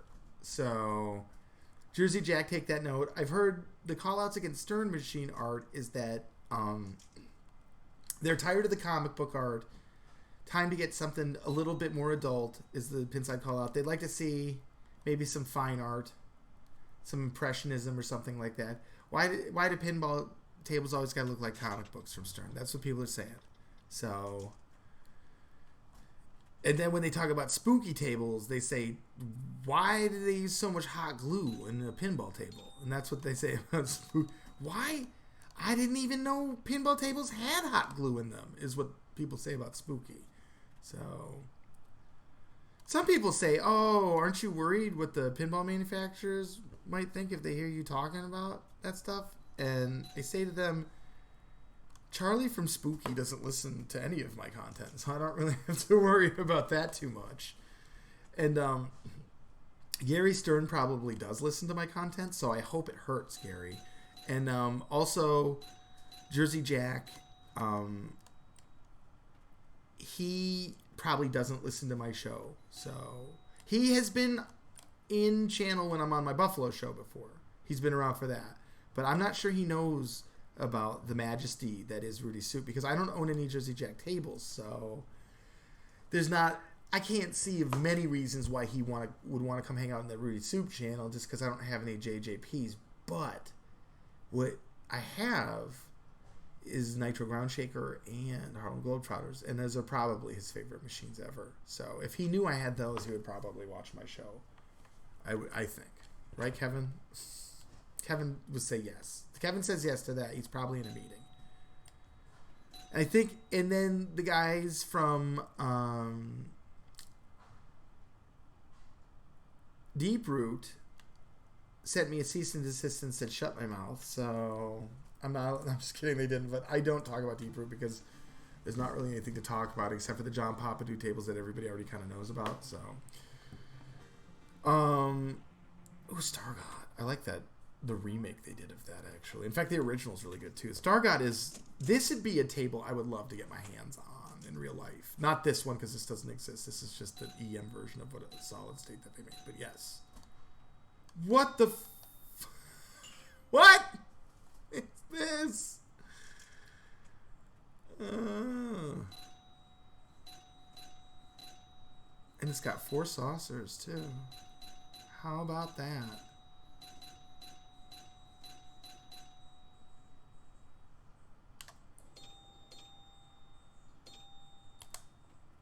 Oh.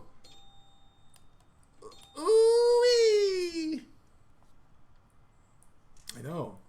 It is almost lunchtime, isn't it? Yeah, well, that. There's always room for... Thanks, Hayes. Thanks for your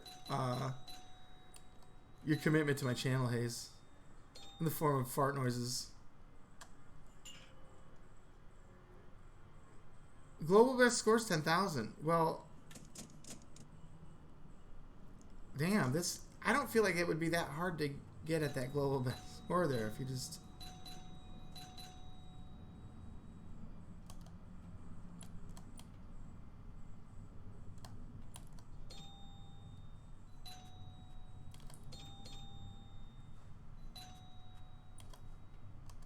Oh, I should... Oops. I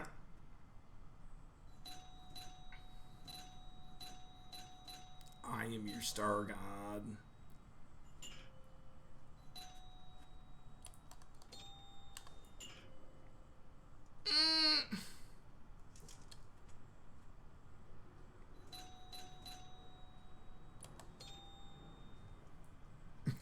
That was terrible.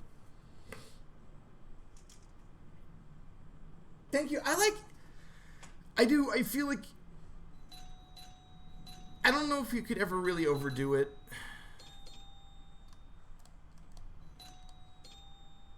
And I know that probably there aren't going to be a lot of channels out there who are willing to take that chance with the fart button. It requires probably a special streamer who's willing to accept the sound of gas coming out of your butthole. It's something they would want people to give them money for on the stream. But that's exactly the kind of thing I want people to give me money for.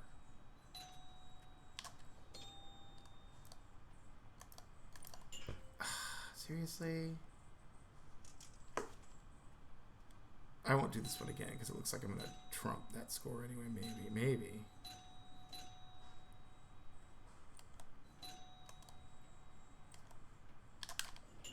Tilt my ass. Whatever. Wow, I was going to ask you what's for lunch, Hayes, but it's getting kind of close to maybe your dinner/supper time. Like, jeez. Are you streaming this evening, Hayes? Let's not do that again. It's fun, but I'm not going to bog you guys down with my EM sadness. Dude, Universe, yes. Packet for holiday. Are you going to? Are you going to go to Monaco or the Riviera?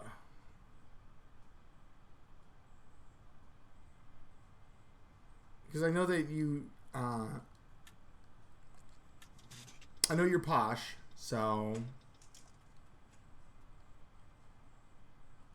Hayes going on holiday. That sucks. So then there's not going to be any Hayes streams for a while unless you're going to do some live IRL streaming on vacation, Hayescation. Which Marty would like that, actually, Hayes. Marty's told me many times he wonders if you're a real person. He says he's not sure that maybe you might just be a puppet and that the real Hayes is the guy who's pulling the marionette strings that we can't see off camera. But I keep telling him, Marty, Hayes is a real person. Come on, Marty. But he doesn't want to believe it, Hayes. So I think if he saw you on vacation, he would probably think that you were real then. North Italy, dude. That actually sounds really nice. I've been to Italy once in the late 90s, and it was freaking amazing. I really, really like it there a lot.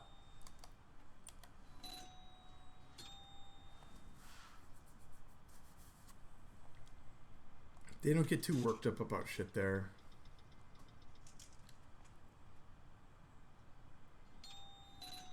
We were in Florence, and then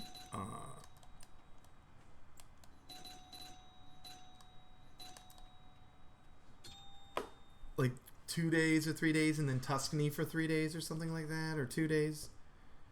There were opportunities to do other things, like go to Spain and stuff, but I don't know. I just really like. That was it. We didn't plan the trip with anything but what we wanted to do, so we could go crazy and visit a bunch of shit or not. And I didn't want to. Once I got to Tuscany, man, I really liked Florence too, but once we got to Tuscany, it was like, yeah. Because we landed in Paris, and then we were there for a day, and then we took the train to Italy overnight, so we got into Florence right when the day was breaking. So we dropped off our luggage, and it gives you, you could sleep on the train, and then you have the whole next day to screw around. You don't lose a night in a hotel and have to spend time traveling. You travel and you sleep, so at the same time, so you don't lose that time on a train somewhere when you could be doing other cool things. But once I got to Florence, man, I was so into that whole scene there, man. I couldn't get enough. I didn't want to leave Tuscany. Oh shit, we did do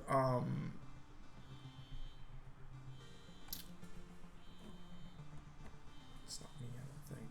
No. We did do whatchamacallit.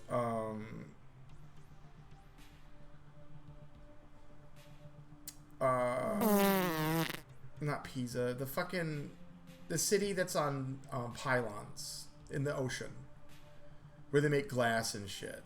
Not Vincenza. Why can I not remember it? Whatever, it doesn't matter. It's world famous. Who cares? Oh, that's a nice fart. That was a juicy one, Hayes, and that's exactly how I like them. Thank you. Thank you for all of. Thank you, everyone. That fart button really hooked me up. I've made a ton of money. I'm rich now. This has been a real big day. Cloud City, no, that was in Star Wars. I'm gonna look it up now. I'm just gonna actually just pull up a map. I can't believe I can't. It's one of the most famous cities in the fucking world. I can't remember it. I've been there, still can't remember it. Italt. Italit. It be, and it's north too, ish. Venice, duh. Venice. So yes. Though now I'm looking, and it looks like there's actually a couple of islands that are even, I don't know if they're propped up on piers though. And there's Venice. Pretty awesome.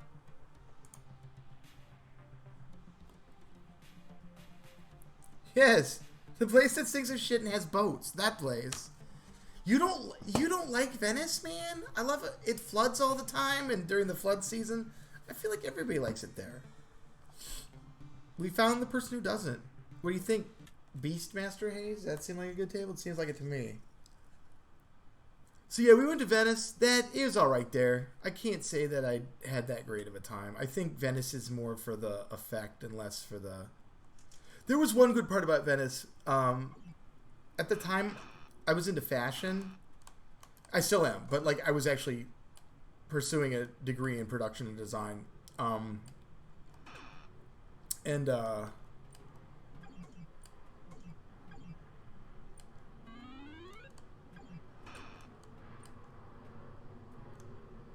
they have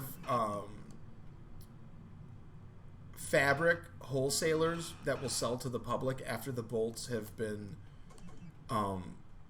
whittled down enough that you can't do any real production with it anymore. You know, when you have like something with 10 or 15 yards, you can't really make anything with that more for a fashion house, because most of the time they're going to at least make a few of them, and so you need a couple 100 yards really. So it's remnants is what that's called. But remnants can be kind of big when you're talking about fashion house remnants. It doesn't mean like a yard or two. It can be a bit more than that. But yeah, just like remnants from like Gucci and shit. Like they have amazing fabrics you can buy there, textiles. So if that's something you're into, and they blow glass. But to me, the glass blowing, it's in my mind, it exists as a tourist trade. That if tourists didn't come to Venice anymore, I could see them still selling those fabrics and things like that, because that the people who buy the fabrics there don't come to Venice as tourists, they come as professionals. So, but the glass itself, like the glass is like trinkets and shit. It's not even like glass where you drink out of or has any function. So, or at least not the stuff that I saw them blowing. So, and then the masks too. I don't see that being a booming business if Venice didn't have tourism. Maybe. It just seems like that's something that they could move somewhere else. I mean, you could probably do that with the fashion houses too, or the fashion textiles too. Just move them off the island. It smells of shit and has boats. A paisano. That's why you gotta go to the French Riviera. It smells of cologne and has boats. And perfume. You've never been. It's alright. It's not the best in the world, I'm not gonna lie. It's not my favorite. Okay, I'm gonna go to the remakes and do my favorite here before I leave. I do like the sound on this too. Since we didn't see Mart today, but we'll probably see him again soon. Mart is one of the Zaccaria admins, and he is the one I need to do my tournament submissions in front of. So, but that's okay. It's not a problem, because the beauty of this is I have more opportunities later this week.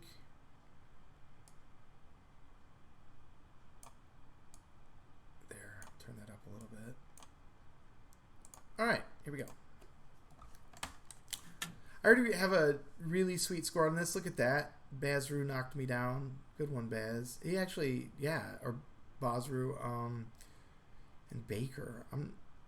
Ouch. Still top 10 though. Hey. That's MVP, 13. Woo! I like that.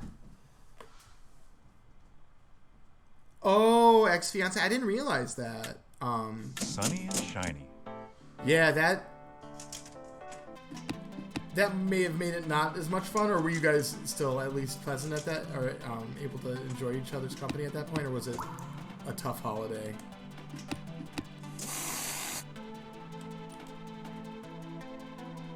Marty promised to take me to Cancun to get married, and he never did, so it's a warning.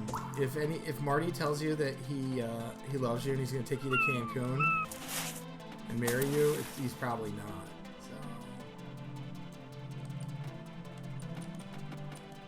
So. Lost prize. Oh yeah, that was Loot. Loot. Loot. Loot. He gets real excited about that move. out. Oh, I gotta kick her out. Don't move. Not kick her, kick her.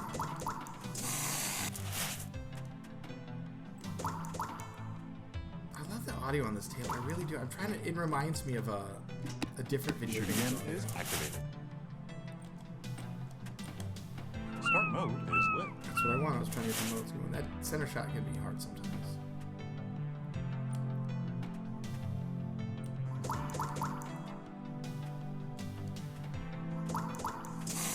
I love the tires, man. I really, really like the fact that they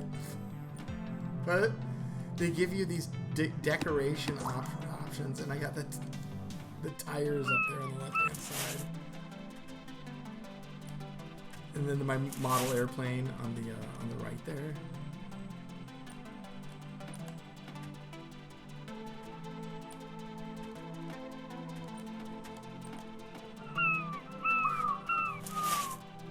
Combo.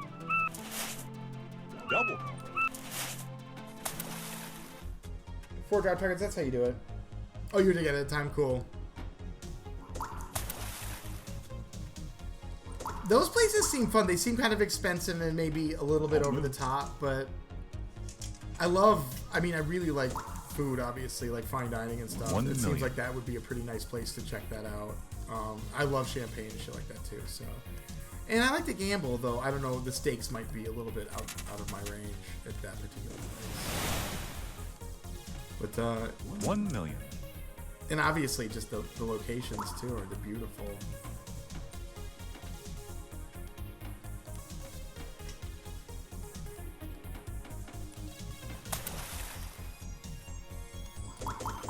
Well done. I also really Mode like completed. Amsterdam a lot. We went there for our honeymoon, then we went to Bruges as well, to break it up 1 a bit. million. I also wish we would have gone to Rotterdam and spent some time there. We didn't have enough time to do it all, but I would have liked to go to Rotterdam. It seemed like there was some 1 million.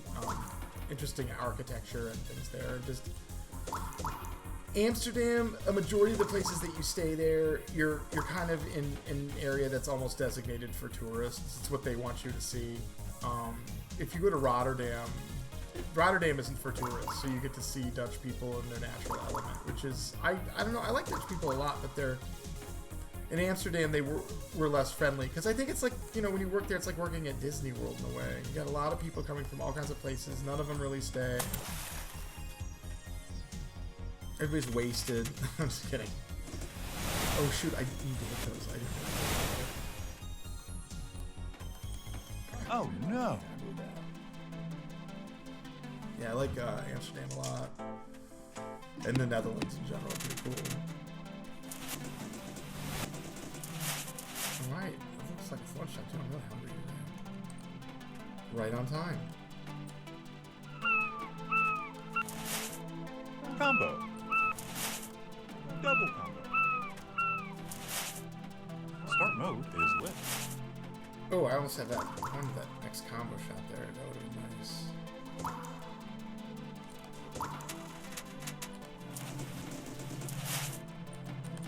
Bonus times 2. Kickback is activated.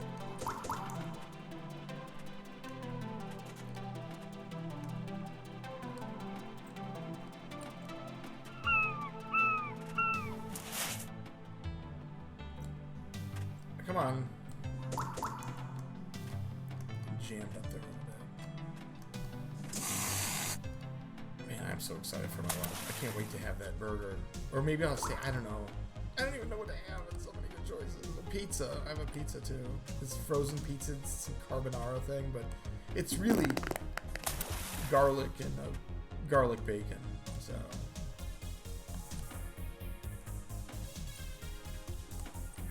Oh shit, it's the center again. Don't move. 1 million.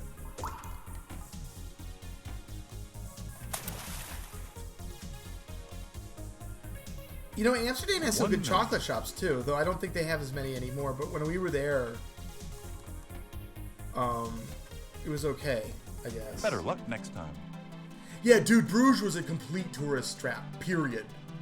Like, 100%. Even, like, when we were there, we went out to dinner, and we're like, so is there any, what's there to do after this? And they're like, nothing. People just come here to sightsee and to have a very quiet vacation. I'm like, great. So I didn't mind. I mean, it wasn't terrible. I enjoy relaxing too, but yeah, it was a lot of that's it, just a lot of chocolate shops. So, and many of them close really early. That's what I mean. Like, it's chocolate, so there's no real nightlife. Nothing's really happening in Bruges. So they have some interesting stuff though. Like, what there's a Michelangelo sculpture. I figure that's the game. Thanks, Zaccaria Pinball. How you doing, Mart?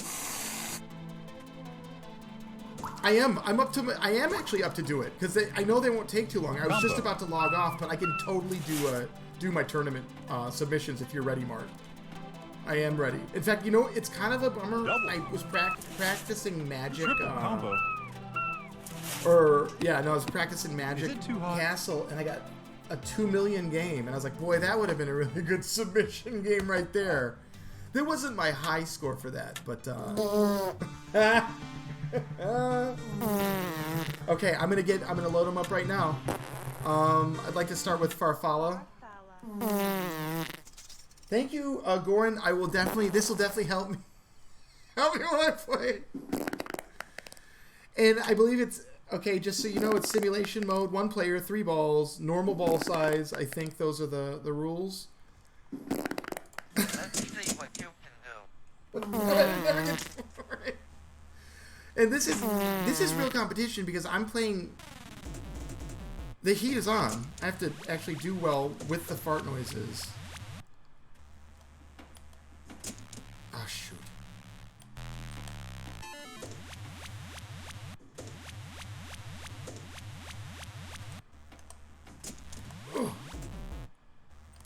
Oh no! Oh well.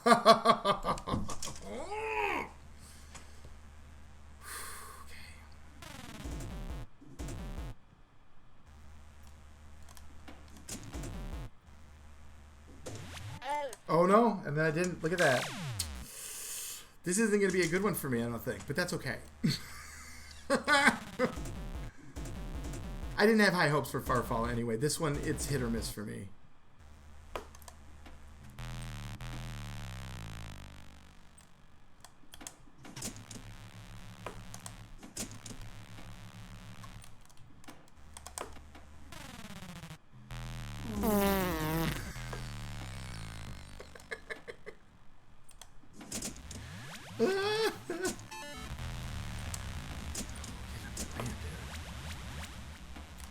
Oh, I want the ramp. Oh no! Well, that's not. You know what? Oh, and I have 20 seconds left to run that score, right? The game time.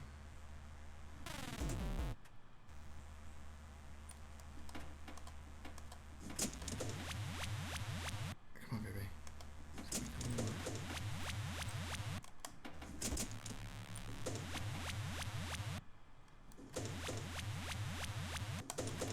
Bye-bye. All right. The fun's all over. Oh, I can own. Okay, so that is it's the first score there. What, 284? And I can write that down too, just in case. So, because I'll forget. So 284, 160. Not amazing, but I didn't. That's not where my hopes and dreams were lying anyway. So my hopes are in Magic Castle. Oh, I beat Man vs. Pinball. He said Farfalla was tough. He was on last night, and I was talking to him for a little bit. Well, All right, this is the one that if I don't do well, I'll be sad, because this is the one that I play better at, or I feel like I'm a better player at. I was trying to do some strats there on Zaccaria. I don't know if you noticed, Mark, but it didn't work as well as I wanted.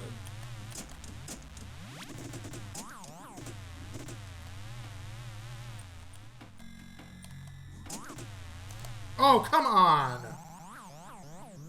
Oh, goodness gracious, that was terrible.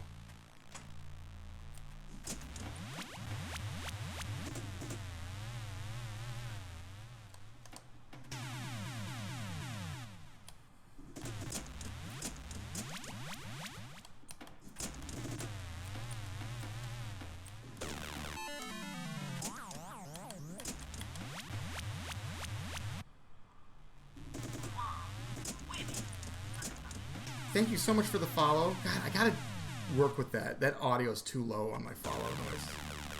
It's a custom sound effect. Thanks so much, Mickey, for the follow. And Currywurst is live as well. I guess I missed that one too. I apologize for missing those follows.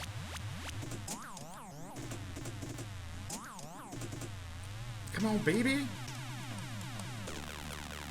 Currywurst is also amazing.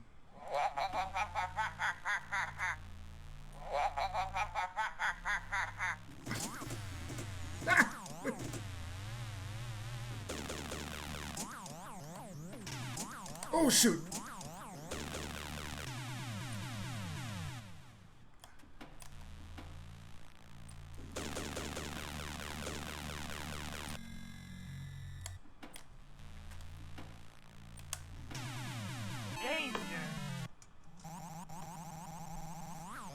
Not terrible, about halfway where I would have wanted to be, but still, no complaints. That's the beauty of Zaccaria tables, or Zaccaria tables. It's hard to practice these. You can be good at them and still choke. And thank you for that. That fart was really nice. That was substantial. All right, so the second score, a little bit more impressive, but not much.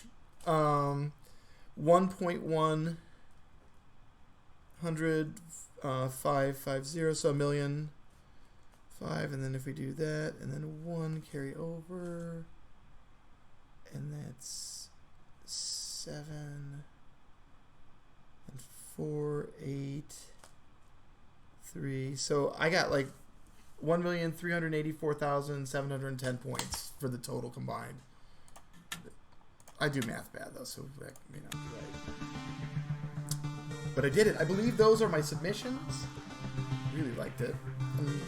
I'm feeling hey, a lot of people do, Marty. A lot of people wonder when I'll be on so they can hear more of the farts. Tomorrow actually I'll be on again. So we'll be doing tomorrow. We'll be doing some more Zaccaria and some Stern TPA. We're gonna mix it up and do a little of each. But I'll be in my basement tomorrow, so I have to do setup down there because I have all my Zaccaria stuff is installed down there, but and my Stern is down there. All of it's on that machine. I only have Zaccaria on my machine up here. So cool. Thank you. Yeah, no, thanks a lot, man. This is fun. I like these type of things. They're really easy to do, and they're fun. So let's finish out with a little bit of Star God here. Oh, wow. So he had a really nice Magic Castle score then. I got swept because that'll put him at 1-4. Yeah, that was close. See? Good for him, man. Yeah, I felt like for me, 2 million at Magic Castle's pretty important. Oh, this is the one where I got 40.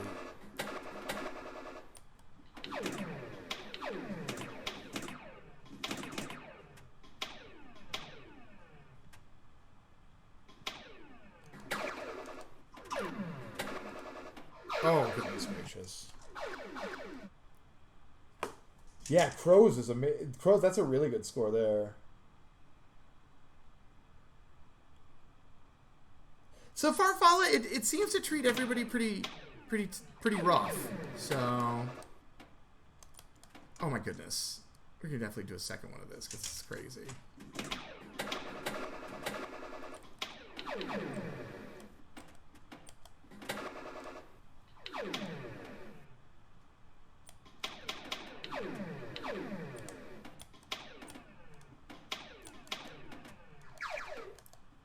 Oh shoot! You know what I want to do? I want to do the remake, and then it's lunchtime. Then I really do gotta eat. Or is that one not here? Am I thinking of something else? I'm thinking of something else. I love Star God. That thing is such a cool game. Alright, well I'll do Shooting Rapids one time, and then it's time for lunch. Remake.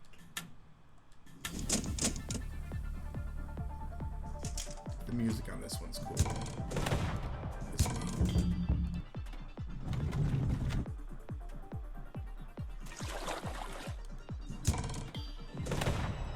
Oh, that's right. I forgot about that.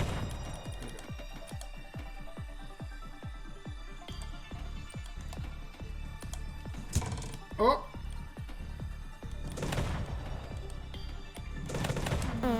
Oh! That wasn't me. That was the extension.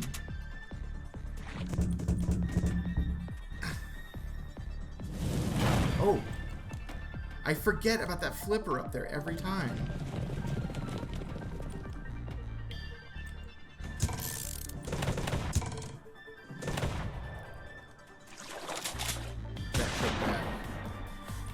Thank God. Small miracles.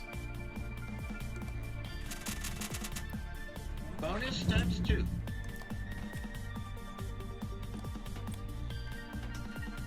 Oh, I forgot again. Remember, Rudy, the freaking... Combo. Oh, yeah. It's not right yet. That is where the multi-ball eventually starts. Oh, shit. I could do one multiplayer, yeah. Let me get out of this real quick, because otherwise that'll take too long. Alright. Where's it at? There it is. Do you want me to make a lobby, or dump, or are you making one? I fell short. Everyone hates me. I'm gonna be dead last. It's okay. I don't mind being last. It looked like there was one for a second there.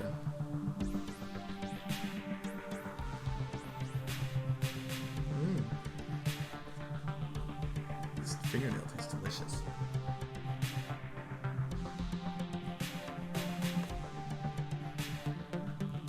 Cool. I'll be right back. I'm grabbing a seltzer. It's just 10 steps away over here.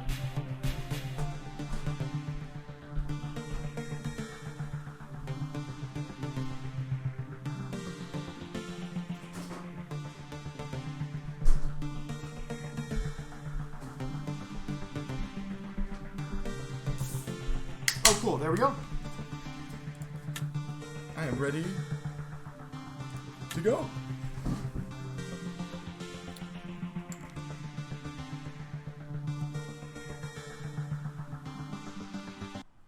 Oh boy. Magic Castle. Welcome to Zaccaria. All right, we're watching Mark, which I like how it says whose turn it is too. Maybe it said that before and I just didn't notice. Is that sweet head-to-head function or mode where we're playing against each other. And see, obviously Mark scores though. Let me check mine. OBS here to make sure you guys can see the scores. There.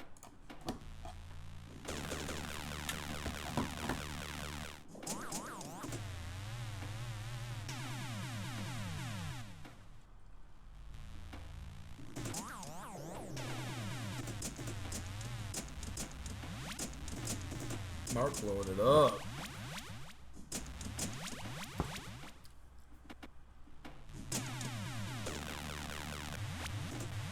That's only ball one. I could that would have been a really good ball one for me right there in the tournament. Oops. Oh shoot, there's an howling flipper there too. And that, I didn't even know that. Whoops. On the right side there.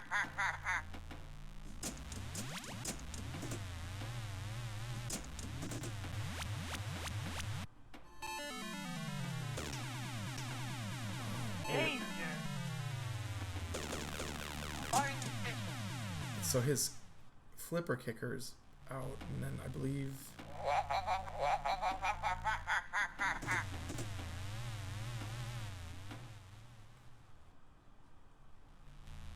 Uh-oh.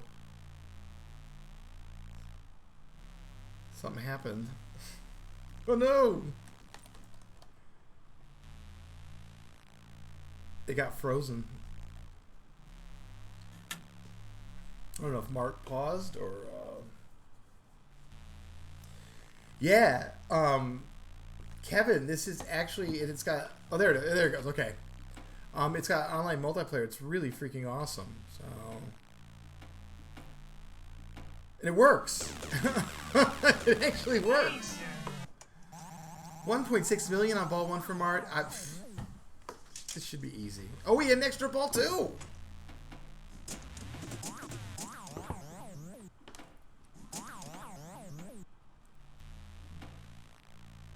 That was a really nice fish.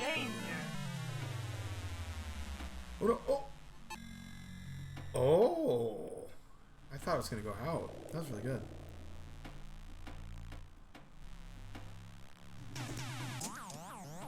Oh, no. Now it's my turn. Yeah. I found a bag of my cashews. Thanks for the raid, Austin. That's awfully nice. How you doing, mister? Can't remember if I saw you playing Bloodborne today, or thought it was one of those. A lot of people are like, Rudy, are you as good at this as Mart is? And I'm like, yeah, dude. Check it out.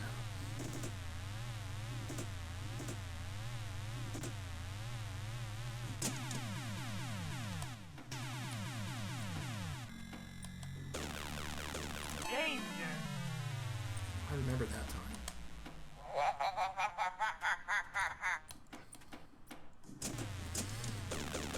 Excuse me. Oh, shoot. Oh, man. Well, I tried hard.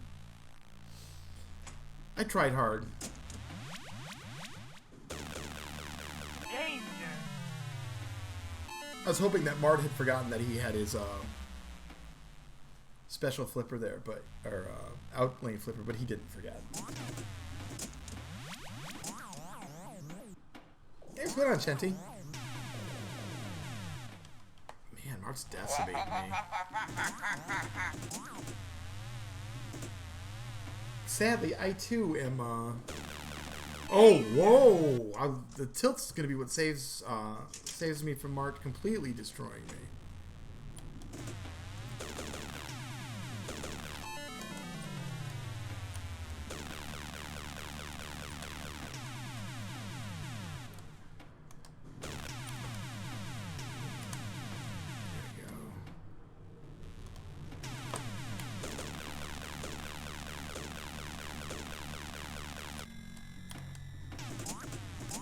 Wizard of War called. It wants its sounds back. Oh! Yes.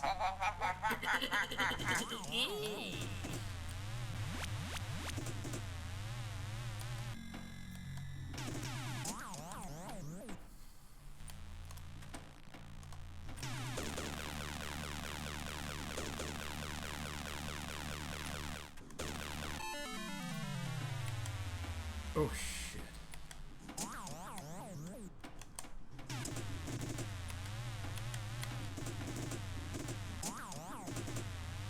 Whew. Dr. Zecco is alive. Nice, thank you. There's nothing. No, I bounced at him. Fucking hell. Yeah, dude, the classic sounds are awesome. Seriously, the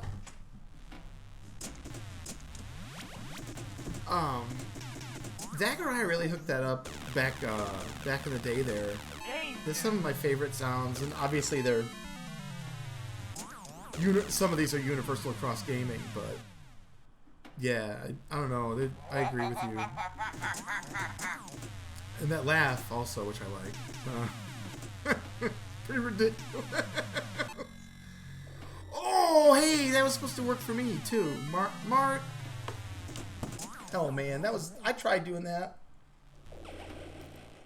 Oh yeah. I'm gonna try. Thanks so much for the bits, Austin. That's awfully nice of you, buddy.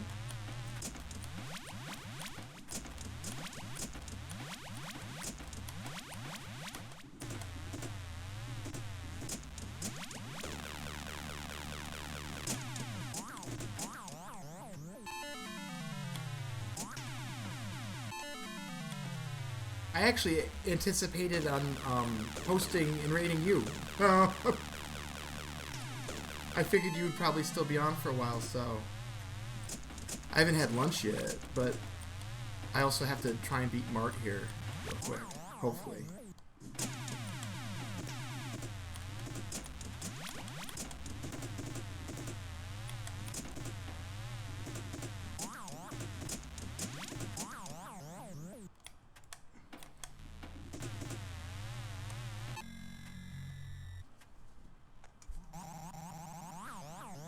What? Play to regain time No, no, bonus. no, no, no, no, no, no! What? I didn't even touch it. How does it tilt if I don't nudge? Ah! My God.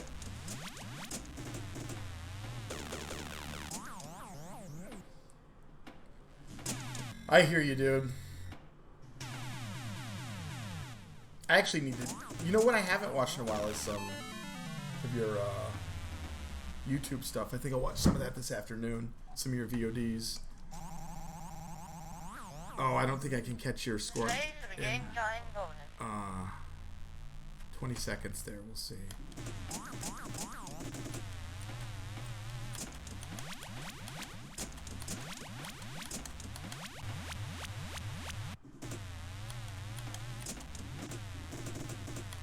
Danger. Oh, I have more time.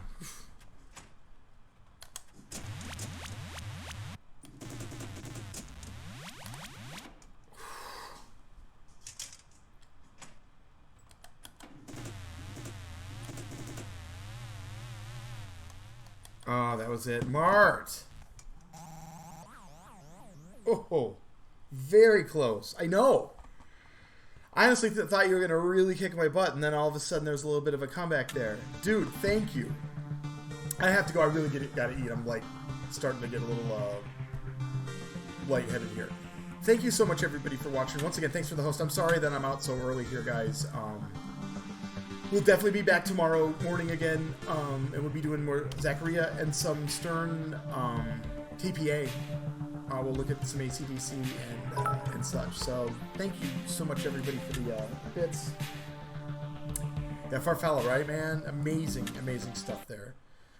Have a great rest of your day, and I can see who else we have here. We don't have a lot. I guess we have one of my Final Fantasy buddies, Sham Nam, who's really awesome. So... yeah, I can't wait, man. The challenges are really fun for me, actually, so... Sham Anam. He's also one of those... this guy's a partner and a Twitch ambassador. They're doing 12 of those a year, and he's one of those guys. So he's a lot of fun to watch if you like Final Fantasy or any of that type of stuff. And he's just a really cool guy. Thanks for watching. I'll see you guys tomorrow.